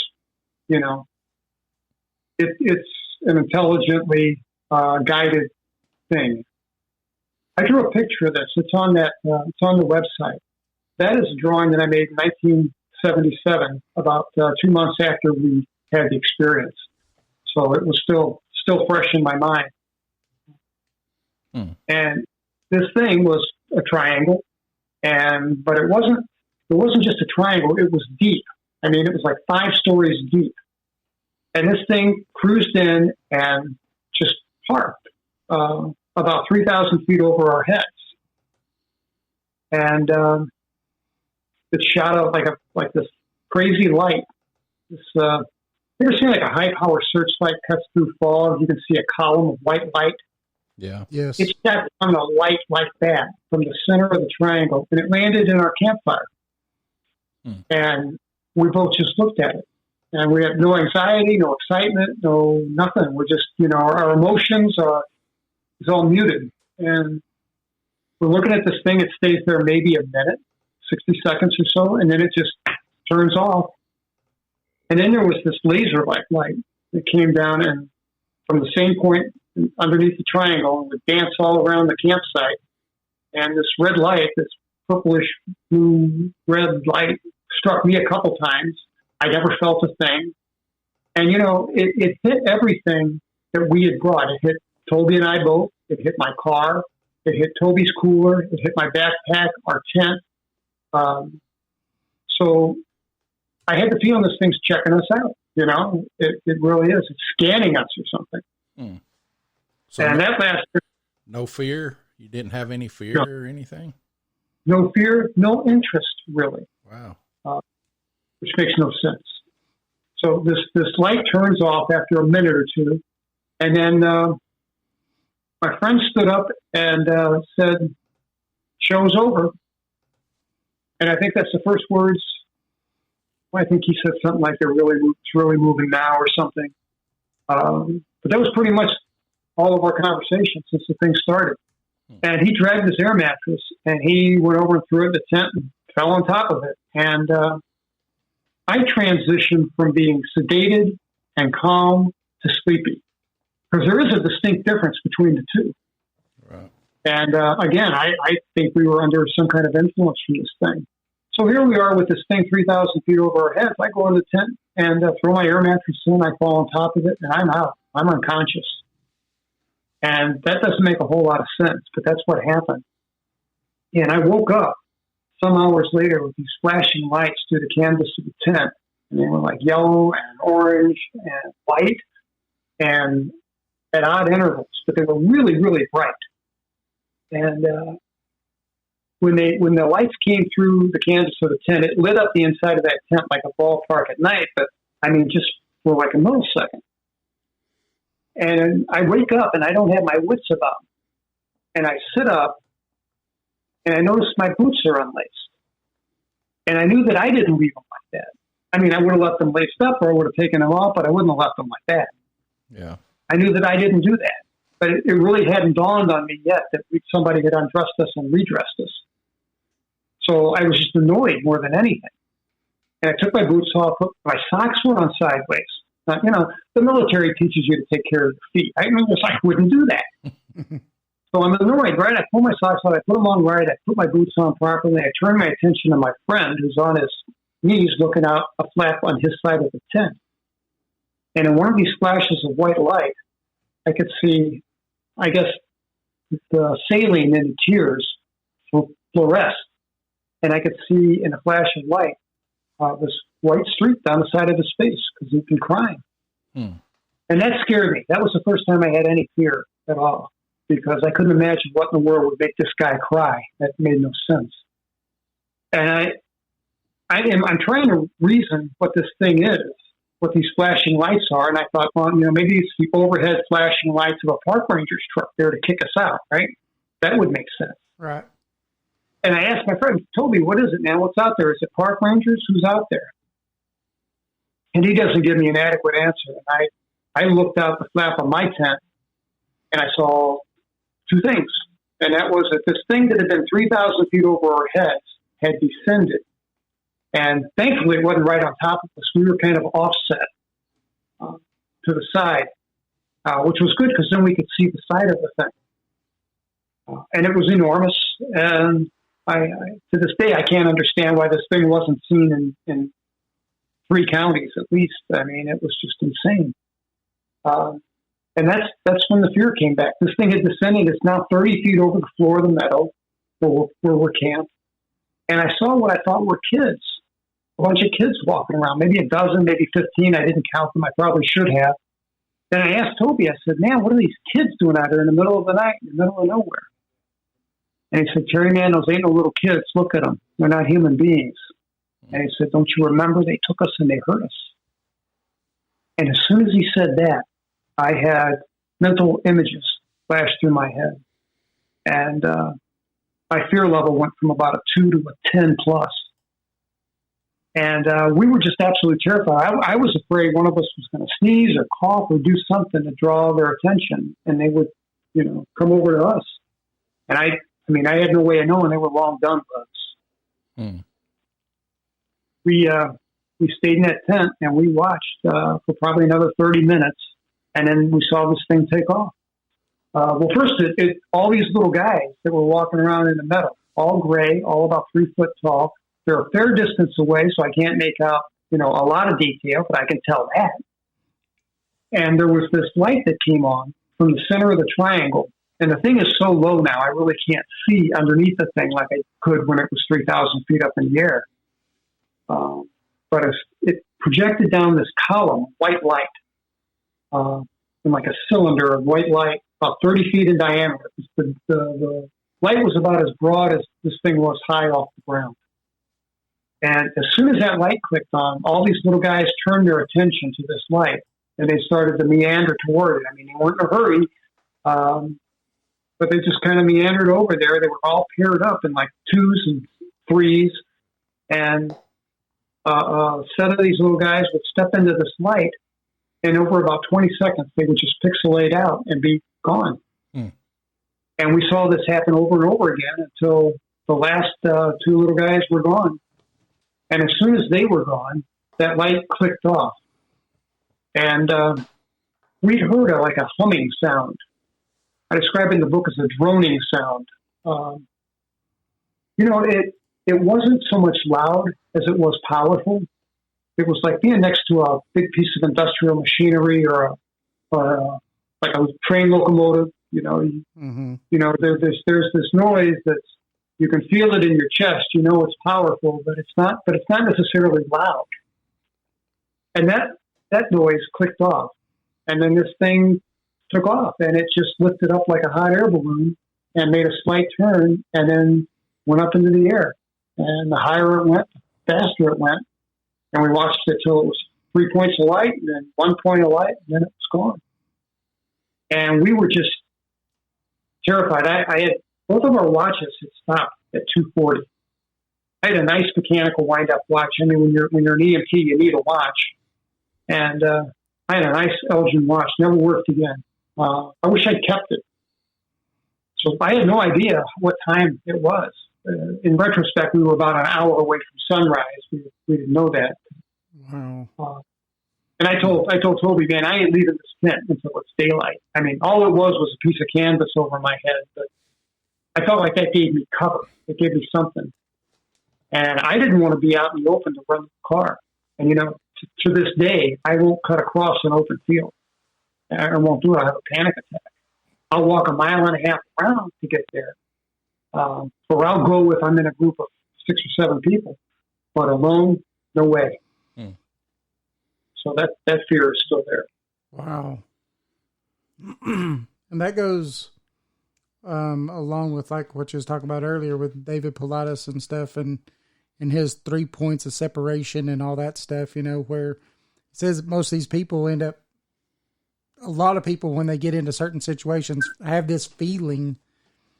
And he said, just, you know, heed that feeling because it may save your life. And that's that feeling that you get when you get into those situations now. It's just natural for you to feel that anxiety in it. It is. And it's an interesting point you make because I am a real big believer in following my gut. I mean, if my gut's screaming at me to do or not do something, I'll listen to my gut and override my reason and my logic. And I'll go with the gut feeling. And 9 times out of 10, it's the right move. Yep. You know, the other thing I came away with was, and I talk about this in the book, I remember when they used to have malls, 1987, I was walking in a mall with my wife, and there were these mannequins in a store window, and they weren't dressed or anything. They were of a woman's torso, from the waist up, like they're going to put a blouse on it or something. But there was no hair, no nothing on these, and they had their arms out at odd angles, and they're all sitting on like a banquet table, and they were setting up a new store. And I walked around the corner, and I saw these naked mannequins, and I just flipped out. And to this day, those things just creep me out. I can't look at it, and I think that has something to do with 1977. No doubt in my mind. Yeah.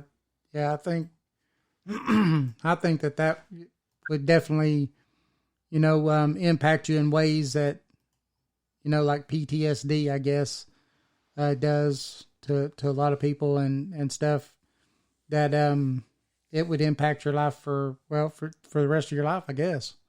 Yeah, I think so. Have you ever done any regression, or did you decide you remember enough and you don't want to do something like that? You know what? I do have more memory than I used to have, and I'll tell you why. It's because I made an effort not to think about it, and I didn't want to think about it. And in 2012, I discovered I had these things in my leg, and I got pictures of those on the website too. Yep, I posted those. And I was just dumbfounded when I saw those X-rays. The radiologist was talking to me. He popped them up on a X-ray view box, and I saw them, and I was just stunned because that was validation that these things had put their hands on me. Yeah, they had to. Some point in time, be it 1977 or 1959, I don't know. Sometime in my life, these things had put their hands on me, and that was a hard thing to reconcile in my mind. And I went back and forth with it for a couple of years. And actually, I admit that I struggled with it. And about 2016, I decided, what I'm going to do? I'm going to talk about this. I'm going to write about it. And I'm just going to think about it and embrace it. And come what may. I'm glad I made that decision. It's the right decision. Yeah. Yeah, that's, and the fact that these things, like you talk about in your book and stuff is that they, there's no scar tissue. And that they even put a black light, because I guess scar tissue, you said, fluoresces on black light. They couldn't even find under a black light any scar tissue and stuff. And that was pretty fascinating. That freaked out the radiologist, because he, it was kind of a challenge to him. I told him, I said, I don't have a scar. And he's like, oh, you got to have a scar. He said, sometimes his words were, sometimes they migrate, they move because you gain or lose weight. Could have happened when you were a real young kid, but you could have a scar there. And he looked at my leg and he didn't find one. And he got the black light out and couldn't find one. And he was visibly shaken. And I asked him, I said, well, doctor, let me ask you, how often is it that you find a foreign object like this under the skin and there not be a corresponding scar? And he said, never. He said, I've been a radiologist 23 years. I can't account for how this thing got into your leg. That right there is just some, like you said, validation. Yeah, I thought so. That's a heck of a validation. Yep. I mean, I don't know. I have something that I think is in my arm that's really weird. I have no scar or nothing, but I have this almost disc-shaped object that's in my forearm, and I could actually take it and turn it on its side and feel the edges of this thing, whatever it is. Whoa. But I don't know. It's really weird. That reminds me, Whitley Strieber had like a BB in his ear. He could feel something in his ear. Yeah. And doctor was going to take it out, and the thing was moving. He was trying to stay out of the way. Yeah. Yeah, Whitley Strieber has a really good story, too. Yeah. So how come you were so hesitant to finally, come out and tell your story? Because of my job. Actually, I made my living in Mobile, and there's just some professions that, you don't, academia, people that are college professors, or law enforcement, and I was an assistant attorney general, and you just don't come out with that story. And over the years, I would have liked to talk to somebody about it. Share it with a pal or something over a beer. But how can you do that? Who can you really trust? Right. To not ruin your entire career. Yeah. Well, did you ever get to talk to Toby about it? I mean, did you keep in contact with him? Toby's a long story, and I tell it all in The Reckoning. I know you kind of tipped on it a little bit in the first book, because you said that the incident that happened with you two ended up ruining his marriage, and then his it ended up ruining his career, and then ended up did he take his life, or it just ruined his life completely? Well, I'm not sure of the mechanism of his death. And this is kind of a long story, so I don't really have time to go into the full thing. But going to Devil's Den and having this experience changed us. It changed both of us. We were two different people. We went down there like two teenagers, out to have a good time and have a few laughs. And we left that part. We were adults. Childhood was over, and and something else changed too. And I found out that this is really very common, and that is that two people will witness something like this, and then they'll drift apart, or like four friends, like the Allagash Four. Yeah. Great book, by the way, the Allagash Four. Author's on the tip of my tongue. Anyway, the Allagash Four. These four guys are like college students. They're best of friends. Two of them were twins, Mark and Jim Weiner. And then two other guys, they went on this camping trip on the Allagash River. There's a lake up in Maine. And they built this huge campfire because they were going to fish at night. Mm-hmm. And so they wanted something so they could see where their camp was. Yeah. Yep. So they get out in the middle of the lake, and here's what they thought was the moon, and it gets bigger, And then it shines a light down and lights up the inside of this aluminum canoe. And then the next thing they remember, they're paddling like crazy back toward their campsite, and the fire has just burned almost out. Yeah, that is a great story. I've definitely heard that one, and it makes you wonder. When you talk about lost time, you've been gone for a while when you've made a blaze like that, and you come back and it's almost gone out. Well, they didn't talk about it. Yeah, they pulled the canoe up on the shore and they went to bed. They didn't talk about it. On the drive home, there was no discussion about it. Same with Toby and I. When we left that campground, you would think we would say, "Oh man, glad to get out of there." Phew, man, did you see those things? Did you see what I saw? But no, there was none of that. And it was a 6+ hour drive back home, and it was really silent in that car.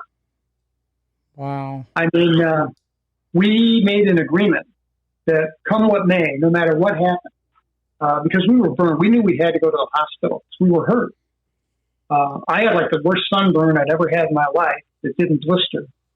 And we both had what the doctors call flash burns to the eyes. It's like an arc welder would get if he didn't wear that hood. Yep. And that's very painful. And you're real photophobic, man. The sun just is very painful. And when we got back, we didn't tell them because they want to know, well, what did you do to yourselves? How did you get hurt like this? Mm. How do you get sunburn on the soles of your feet? Wow.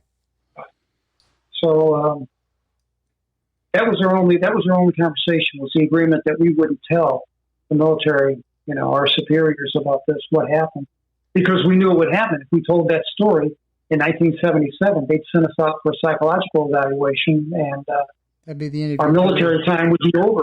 Yeah. Along with your GI Bill or anything else too, probably, because they'd find a way to dishonorably discharge you, probably. Yeah, and I wanted that GI Bill. That was the whole purpose of the exercise, was to take it to school.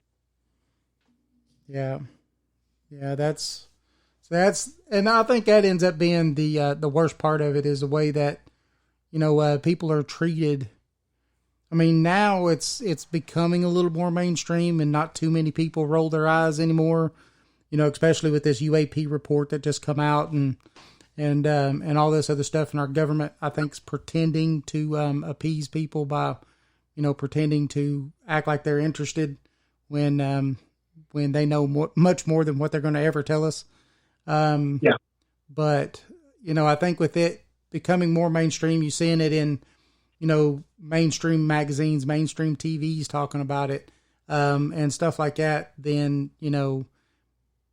it's becoming more accepted to believe in this stuff. There's a guy named Matthew Roberts who was military, and he was a naval intelligence officer. And when the Gimbal event happened in 2015, mm-hmm. he was aboard the USS Princeton, and he read my book, and he called me and said, I'm really struggling with what happened to me on the Princeton. And I'm like, well, tell me about it. He's like, look, dude, I can't tell you. He said, I'm an intelligence officer. I can't tell you. I said, because I wanted to hear the good stuff, right? Right. Yeah. And he can't talk about it. He won't talk about it. But he can talk about the crazy things that happened to him after he had this experience, like supernatural stuff, crazy stuff. He's got a book out too. He's a real interesting guy, a real smart guy. His name is Matthew Roberts. The name of the book is called The Initiates. Okay. Or Initiation. And I think he's on Facebook too. But he was terribly treated by the Navy, and he wanted to write a book, and but because of his non-disclosure agreement, he had to submit his manuscript to Department of Naval Intelligence for them to vet it, read it, and approve it before he could publish it. Wow. So he wrote his book and then gave them the manuscript, and they gave it back to him, and everything that was regarding the gimbal event was redacted, blacked out. Huh. You can't talk about this. And they took him off ship duty and gave him a desk in D.C. And he was real disenchanted with the Navy. Because he's 4 years away from retirement, and he's like, I can't work for you people anymore. Wow. And walked away. Wow. It's terrible. So, sure love to know what he saw. Yeah, and it's really funny because, I mean, they've enabled people to, I mean, they've actually, I guess you could say, declassify the video because they actually finally acknowledged it and said, yes, this did really happen. So, yeah. Lieutenant Commander Fravor came out. He talks about it all the time. Yep. Kevin Day, the radar operator in the Nimitz. Nimitz incident. Yeah. Yeah. Yep. Now, he wrote a book. He talks about it. Yeah, that's, I don't know. I've always known that we're not alone, whether it's, even like, some of them will talk about, some of them may be, like Jason likes to talk about, interdimensional. Some may be here, they'll talk about the Nimitz incident and all these other incidents that happen in and around our oceans to our naval people, and a lot of them think that they're in bases under the ocean, and they try to back that up with saying that, what was it, after World War II, I think it was, or something, private people were going to start trying to map the bottom of the ocean, and the U.S. military stopped them and said, nope, we're doing things in the bottom of the ocean and stuff, and that didn't ever allow anybody to do it. And they took it on and did it themselves. Now, does that mean that they already knew what was going on?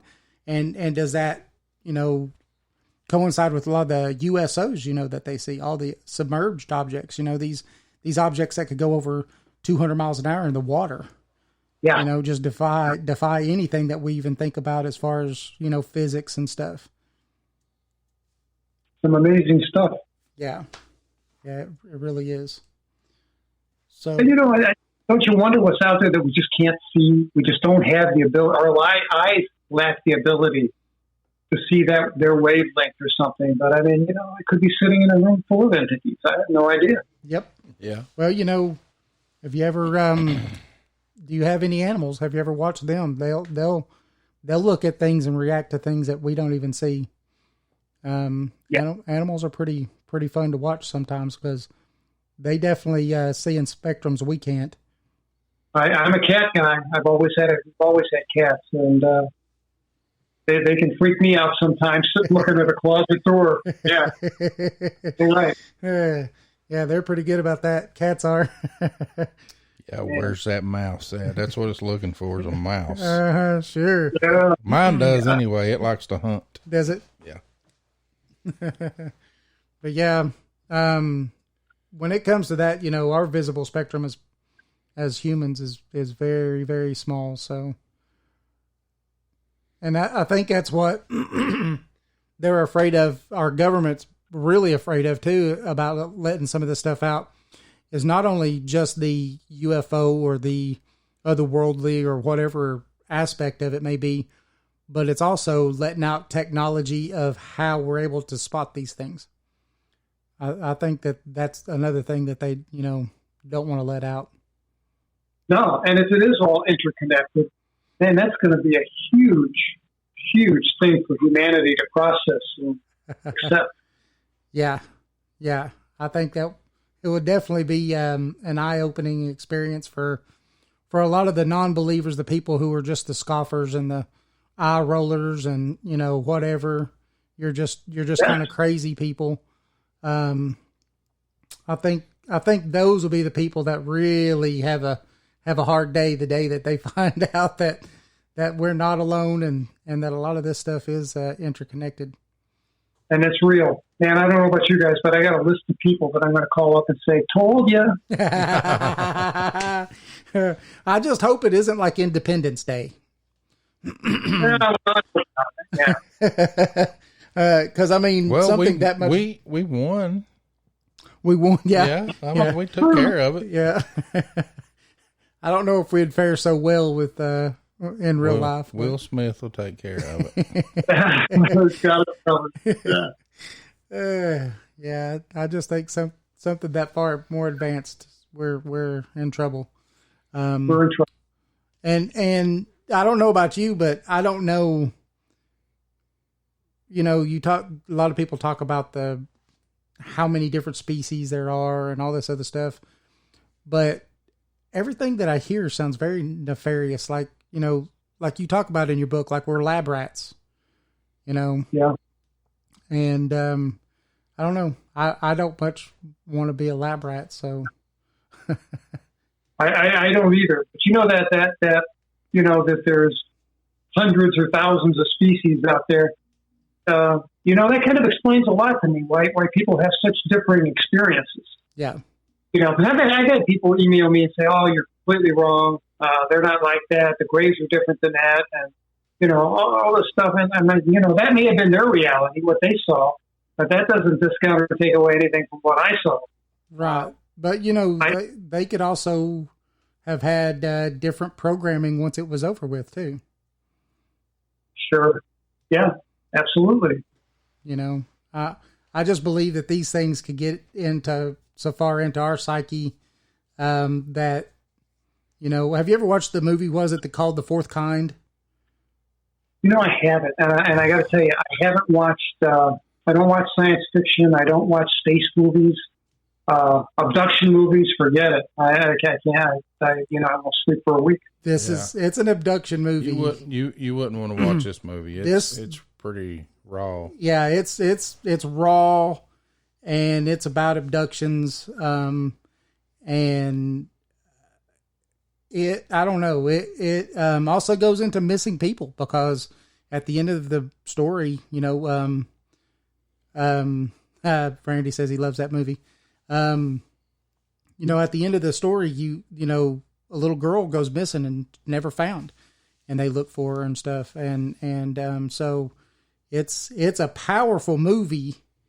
And I think, for people who, you know, could handle it, definitely needs to watch The Fourth Kind. You know, I've heard that before. I have heard that before. You know, I didn't see Independence Day until 2015. So I like the first one a lot better than I did the second one. The second one was a little disappointing for me, but it was all right. Yeah, I didn't see the second one, but I got to tell you, I thoroughly enjoyed the first one. The first one was a really fascinating, because it kind of got you into the whole Black Projects things, right? Like the one part of it says is you don't really think you spend $50,000 for a hammer and, you know, $500 for a toilet seat, do you? You know, I mean, you know, where the president is on need to know basis, and he's only in office for max of 4 years, so he don't need to know, you know. And you kind of get to see some of that conspiracy side of this stuff. And I don't scoff at that stuff. I mean, I mean, I'm not a big conspiracy guy. I'm really not. But you know, there's a lot of crazy stuff going on, and I guess it's human nature. You want to look for an answer. You want to look for, you know, what's the real truth behind this, and you know, if you can't come up with a decent answer, you know, the weird, you know, anything to make sense of it, I guess, is what I'm trying to say. Right. Yeah, absolutely. Yeah. I mean, and it's funny how some of these people can hit these home runs in these movies. And sometimes when you start looking into that, you see that, you know, there's some people that were pretty high up in the military at one point that was in some part of those productions. And you wonder, is this part of a soft rollout? Yeah. You know? Yeah. I heard that. Matter of fact, I have a friend who's in the film industry who verified that for me. Yeah. But there were advisors, Mm-hmm. I can't use his name, but yeah, that's right. Yeah, and that makes you wonder. You're like, well, what are they doing with this? If you've got these pretty top brass military guys that are sitting back here as advisors on some of these, what seem to be pretty far out, films about ETs and different things. What is the agenda on that? Is it to numb people to where, like you even said in your book, you think that a lot of it has a numbing effect on people, where it's just science fiction and stuff, what is the effect on it, and what is the purpose? Yeah, desensitized. I think that's it. Something is going. Yeah, nothing's done by accident. Nothing's done by coincidence. And I just I don't know. But yeah, there's we're being spoon fed something.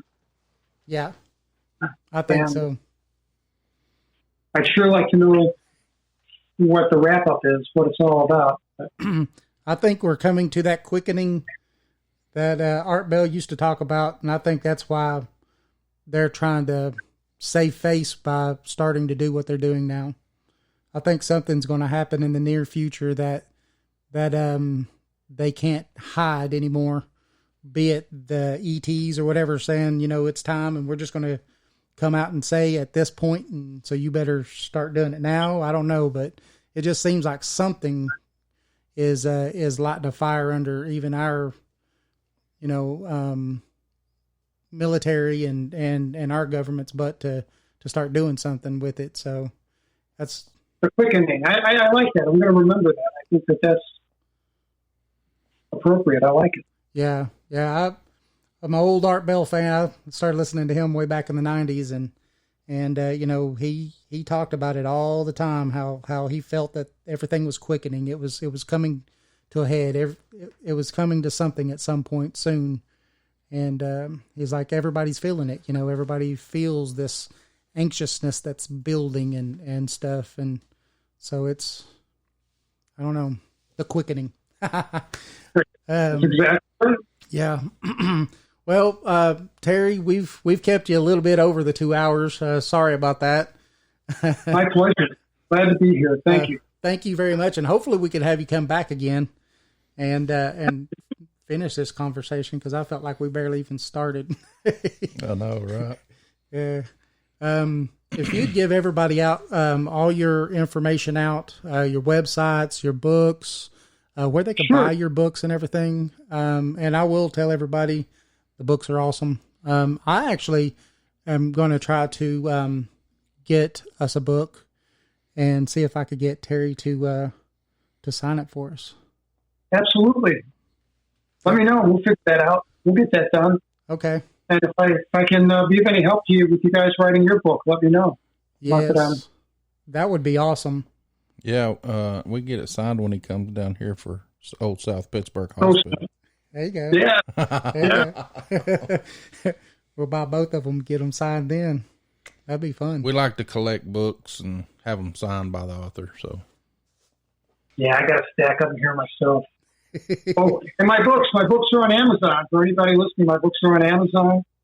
They're available on Kindle, paperback, and I also have, for both books, I have a audio book that I did, for better or worse. I did in my own voice because it's my story and I wanted to tell it.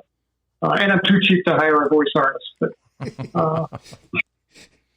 But anyway, yeah, take a look at my website, terrylovelace.com, and that's it. And I thank you guys again. I enjoyed myself very much. Look forward to doing it again. Awesome. Thank you very much, Terry. And we this was a great show.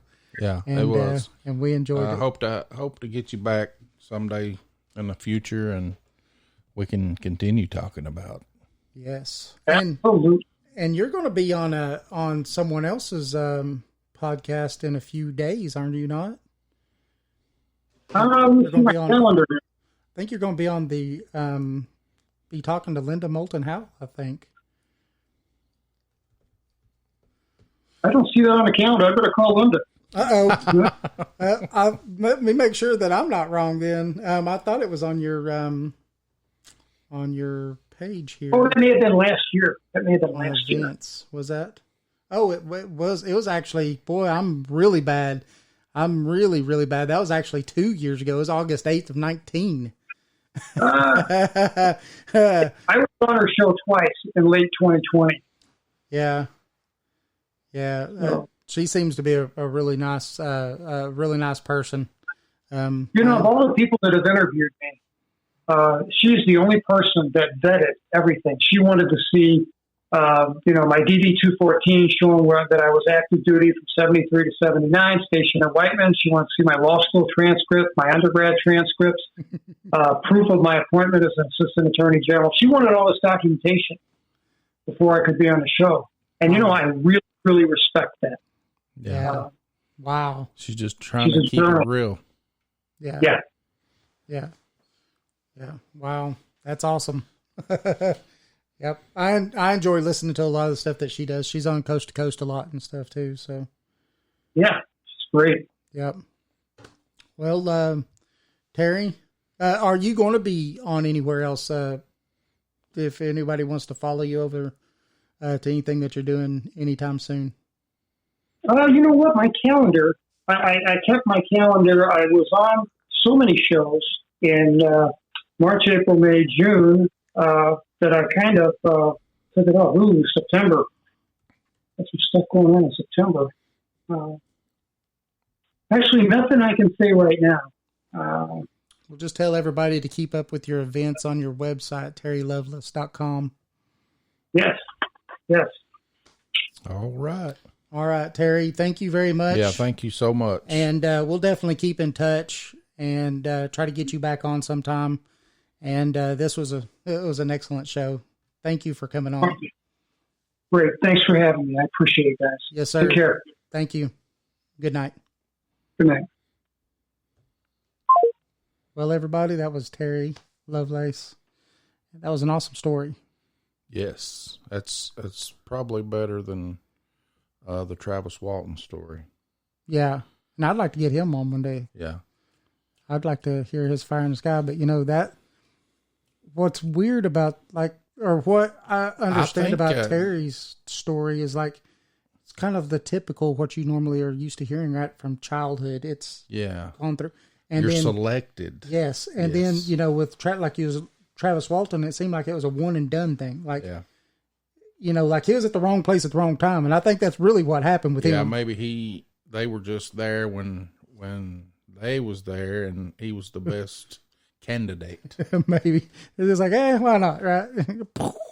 But I've been thinking while I've been listening. I think they're hybridization is what they're doing. Yeah, it's got to be. Do you think that that's why there's always, when we was talking to, what's his name? The anthropologist guy. I can't think of his name now. Scott Violet, I think, wasn't it? No, he was Bigfoot guy. Yeah, it was the anthropologist Bigfoot guy. Yeah. If you remember, he was talking to us that there's always been at least 5 sets of humans on this planet at one time. Mm-hmm. What if it all ties into the hybridization? Yeah. What if they're not always upgrading or doing whatever? So there's always multiple different sects of humans on this planet at the same time. I mean, we're just like fish in an aquarium, I guess. Yep. Wow. Hey, Project Dark Corona here. Hey, for all you premium members, we want to thank you, and we did record this with video. It will be up on the website when we figure out how to do it. Yes. You'll get access to the video. Yes. And some of our new members want to mention Steve. Yes. From the UK.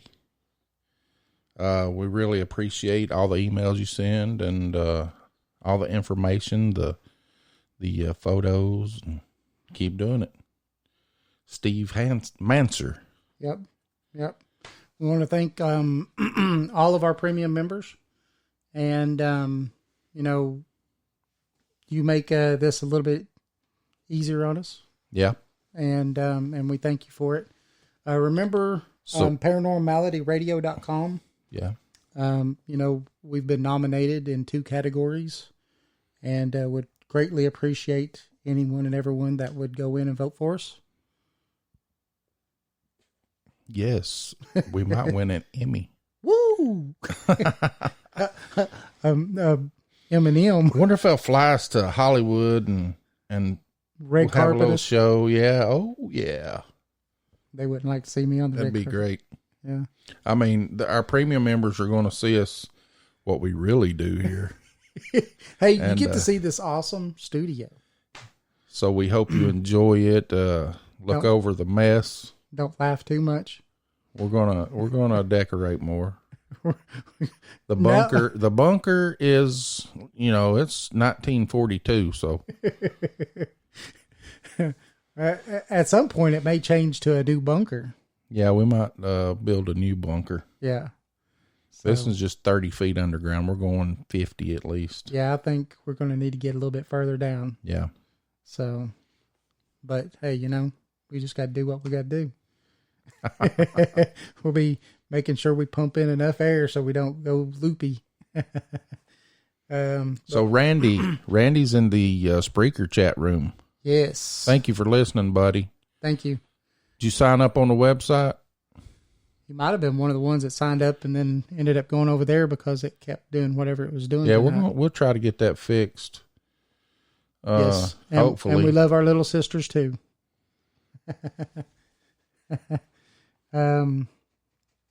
But yeah, but we want to tell everybody thank you and we appreciate you. And, remember our Facebook page is Everything Paranormal, Bigfoot, UFOs, Aliens, and Ghosts. You could also find us on Twitter at Project Dark Coro. That's CORO. Where was that? That is CORO, Project Dark Coro. Oh, okay. We don't have the Coro What bird happened? on this one, do we? No. You never moved it over. I've just forgot. It's been 2 weeks, man. I have a very short memory. Yeah, and again, I'm sorry. About getting sick, but not doing any shows or anything like that in between, and we should, get back to normal pretty much next week and stuff, and so that'll be a good thing, right, Jason? Oh yeah. Oh yeah. And Terry Lovelace was awesome tonight, I think. Yeah, if you just caught part of the show, this will be posted up as a podcast on all of your favorite podcast apps. And your unfavorite ones. Yeah, and your unfavorite ones too. We're on a lot. So, this is the end of the show. I know, it's terrible. 2 hours just went by really quick. I know. I didn't even get a headache. I know. It's crazy, right? Yeah. I tell you what, though, for some reason, the bunker did get warmer in here. Yeah, it's hot in here. And I know it's set. That's because I'm in here. That's what it is. You done heated it up. So, but this is the end of the show, everybody. Want to thank everybody for showing up and for participating, for listening to Terry's awesome story. And next week we've got a good guest coming on too, don't we, Jason? Do we? We do. We have a guest. We got a guest next week, Jason? Who? Do you remember? Yeah, it is Stephen Myers. Yes. We're going to be talking about the Great Pyramid. Yes, the lost technology of the Great Pyramid. Yes. He's got I wouldn't say it was a theory, would you? No. A belief. Yeah. He's a researcher, and he's going to tell you what he thinks about the pyramid. And why it was built. And why it was built. Yep. Oh, yeah. It had a It's gonna be mechanical good show. purpose to it, I guess. Yeah, it's going to be a good show. We get to talk some ancient Egypt and Some cherubs.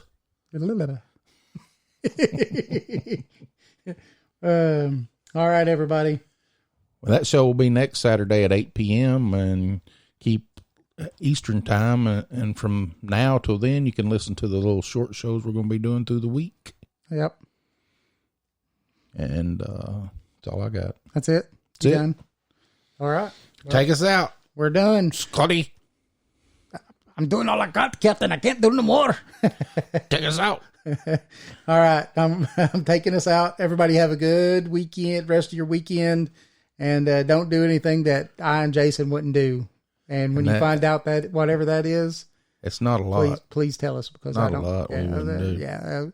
Hey, definitely, have a cold brew and barbecue. That's always fun. So barbecue. So everybody have a good night.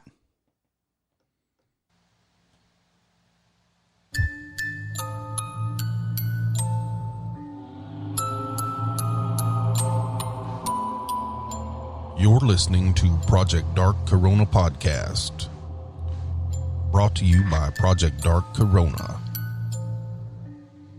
Coming to you live from an undisclosed location, deep in a bunker in the Appalachian Mountains, bringing you the strange and unknown with your host, David Reagan and Jason Scott. You're listening to Project Dark Corona Podcast.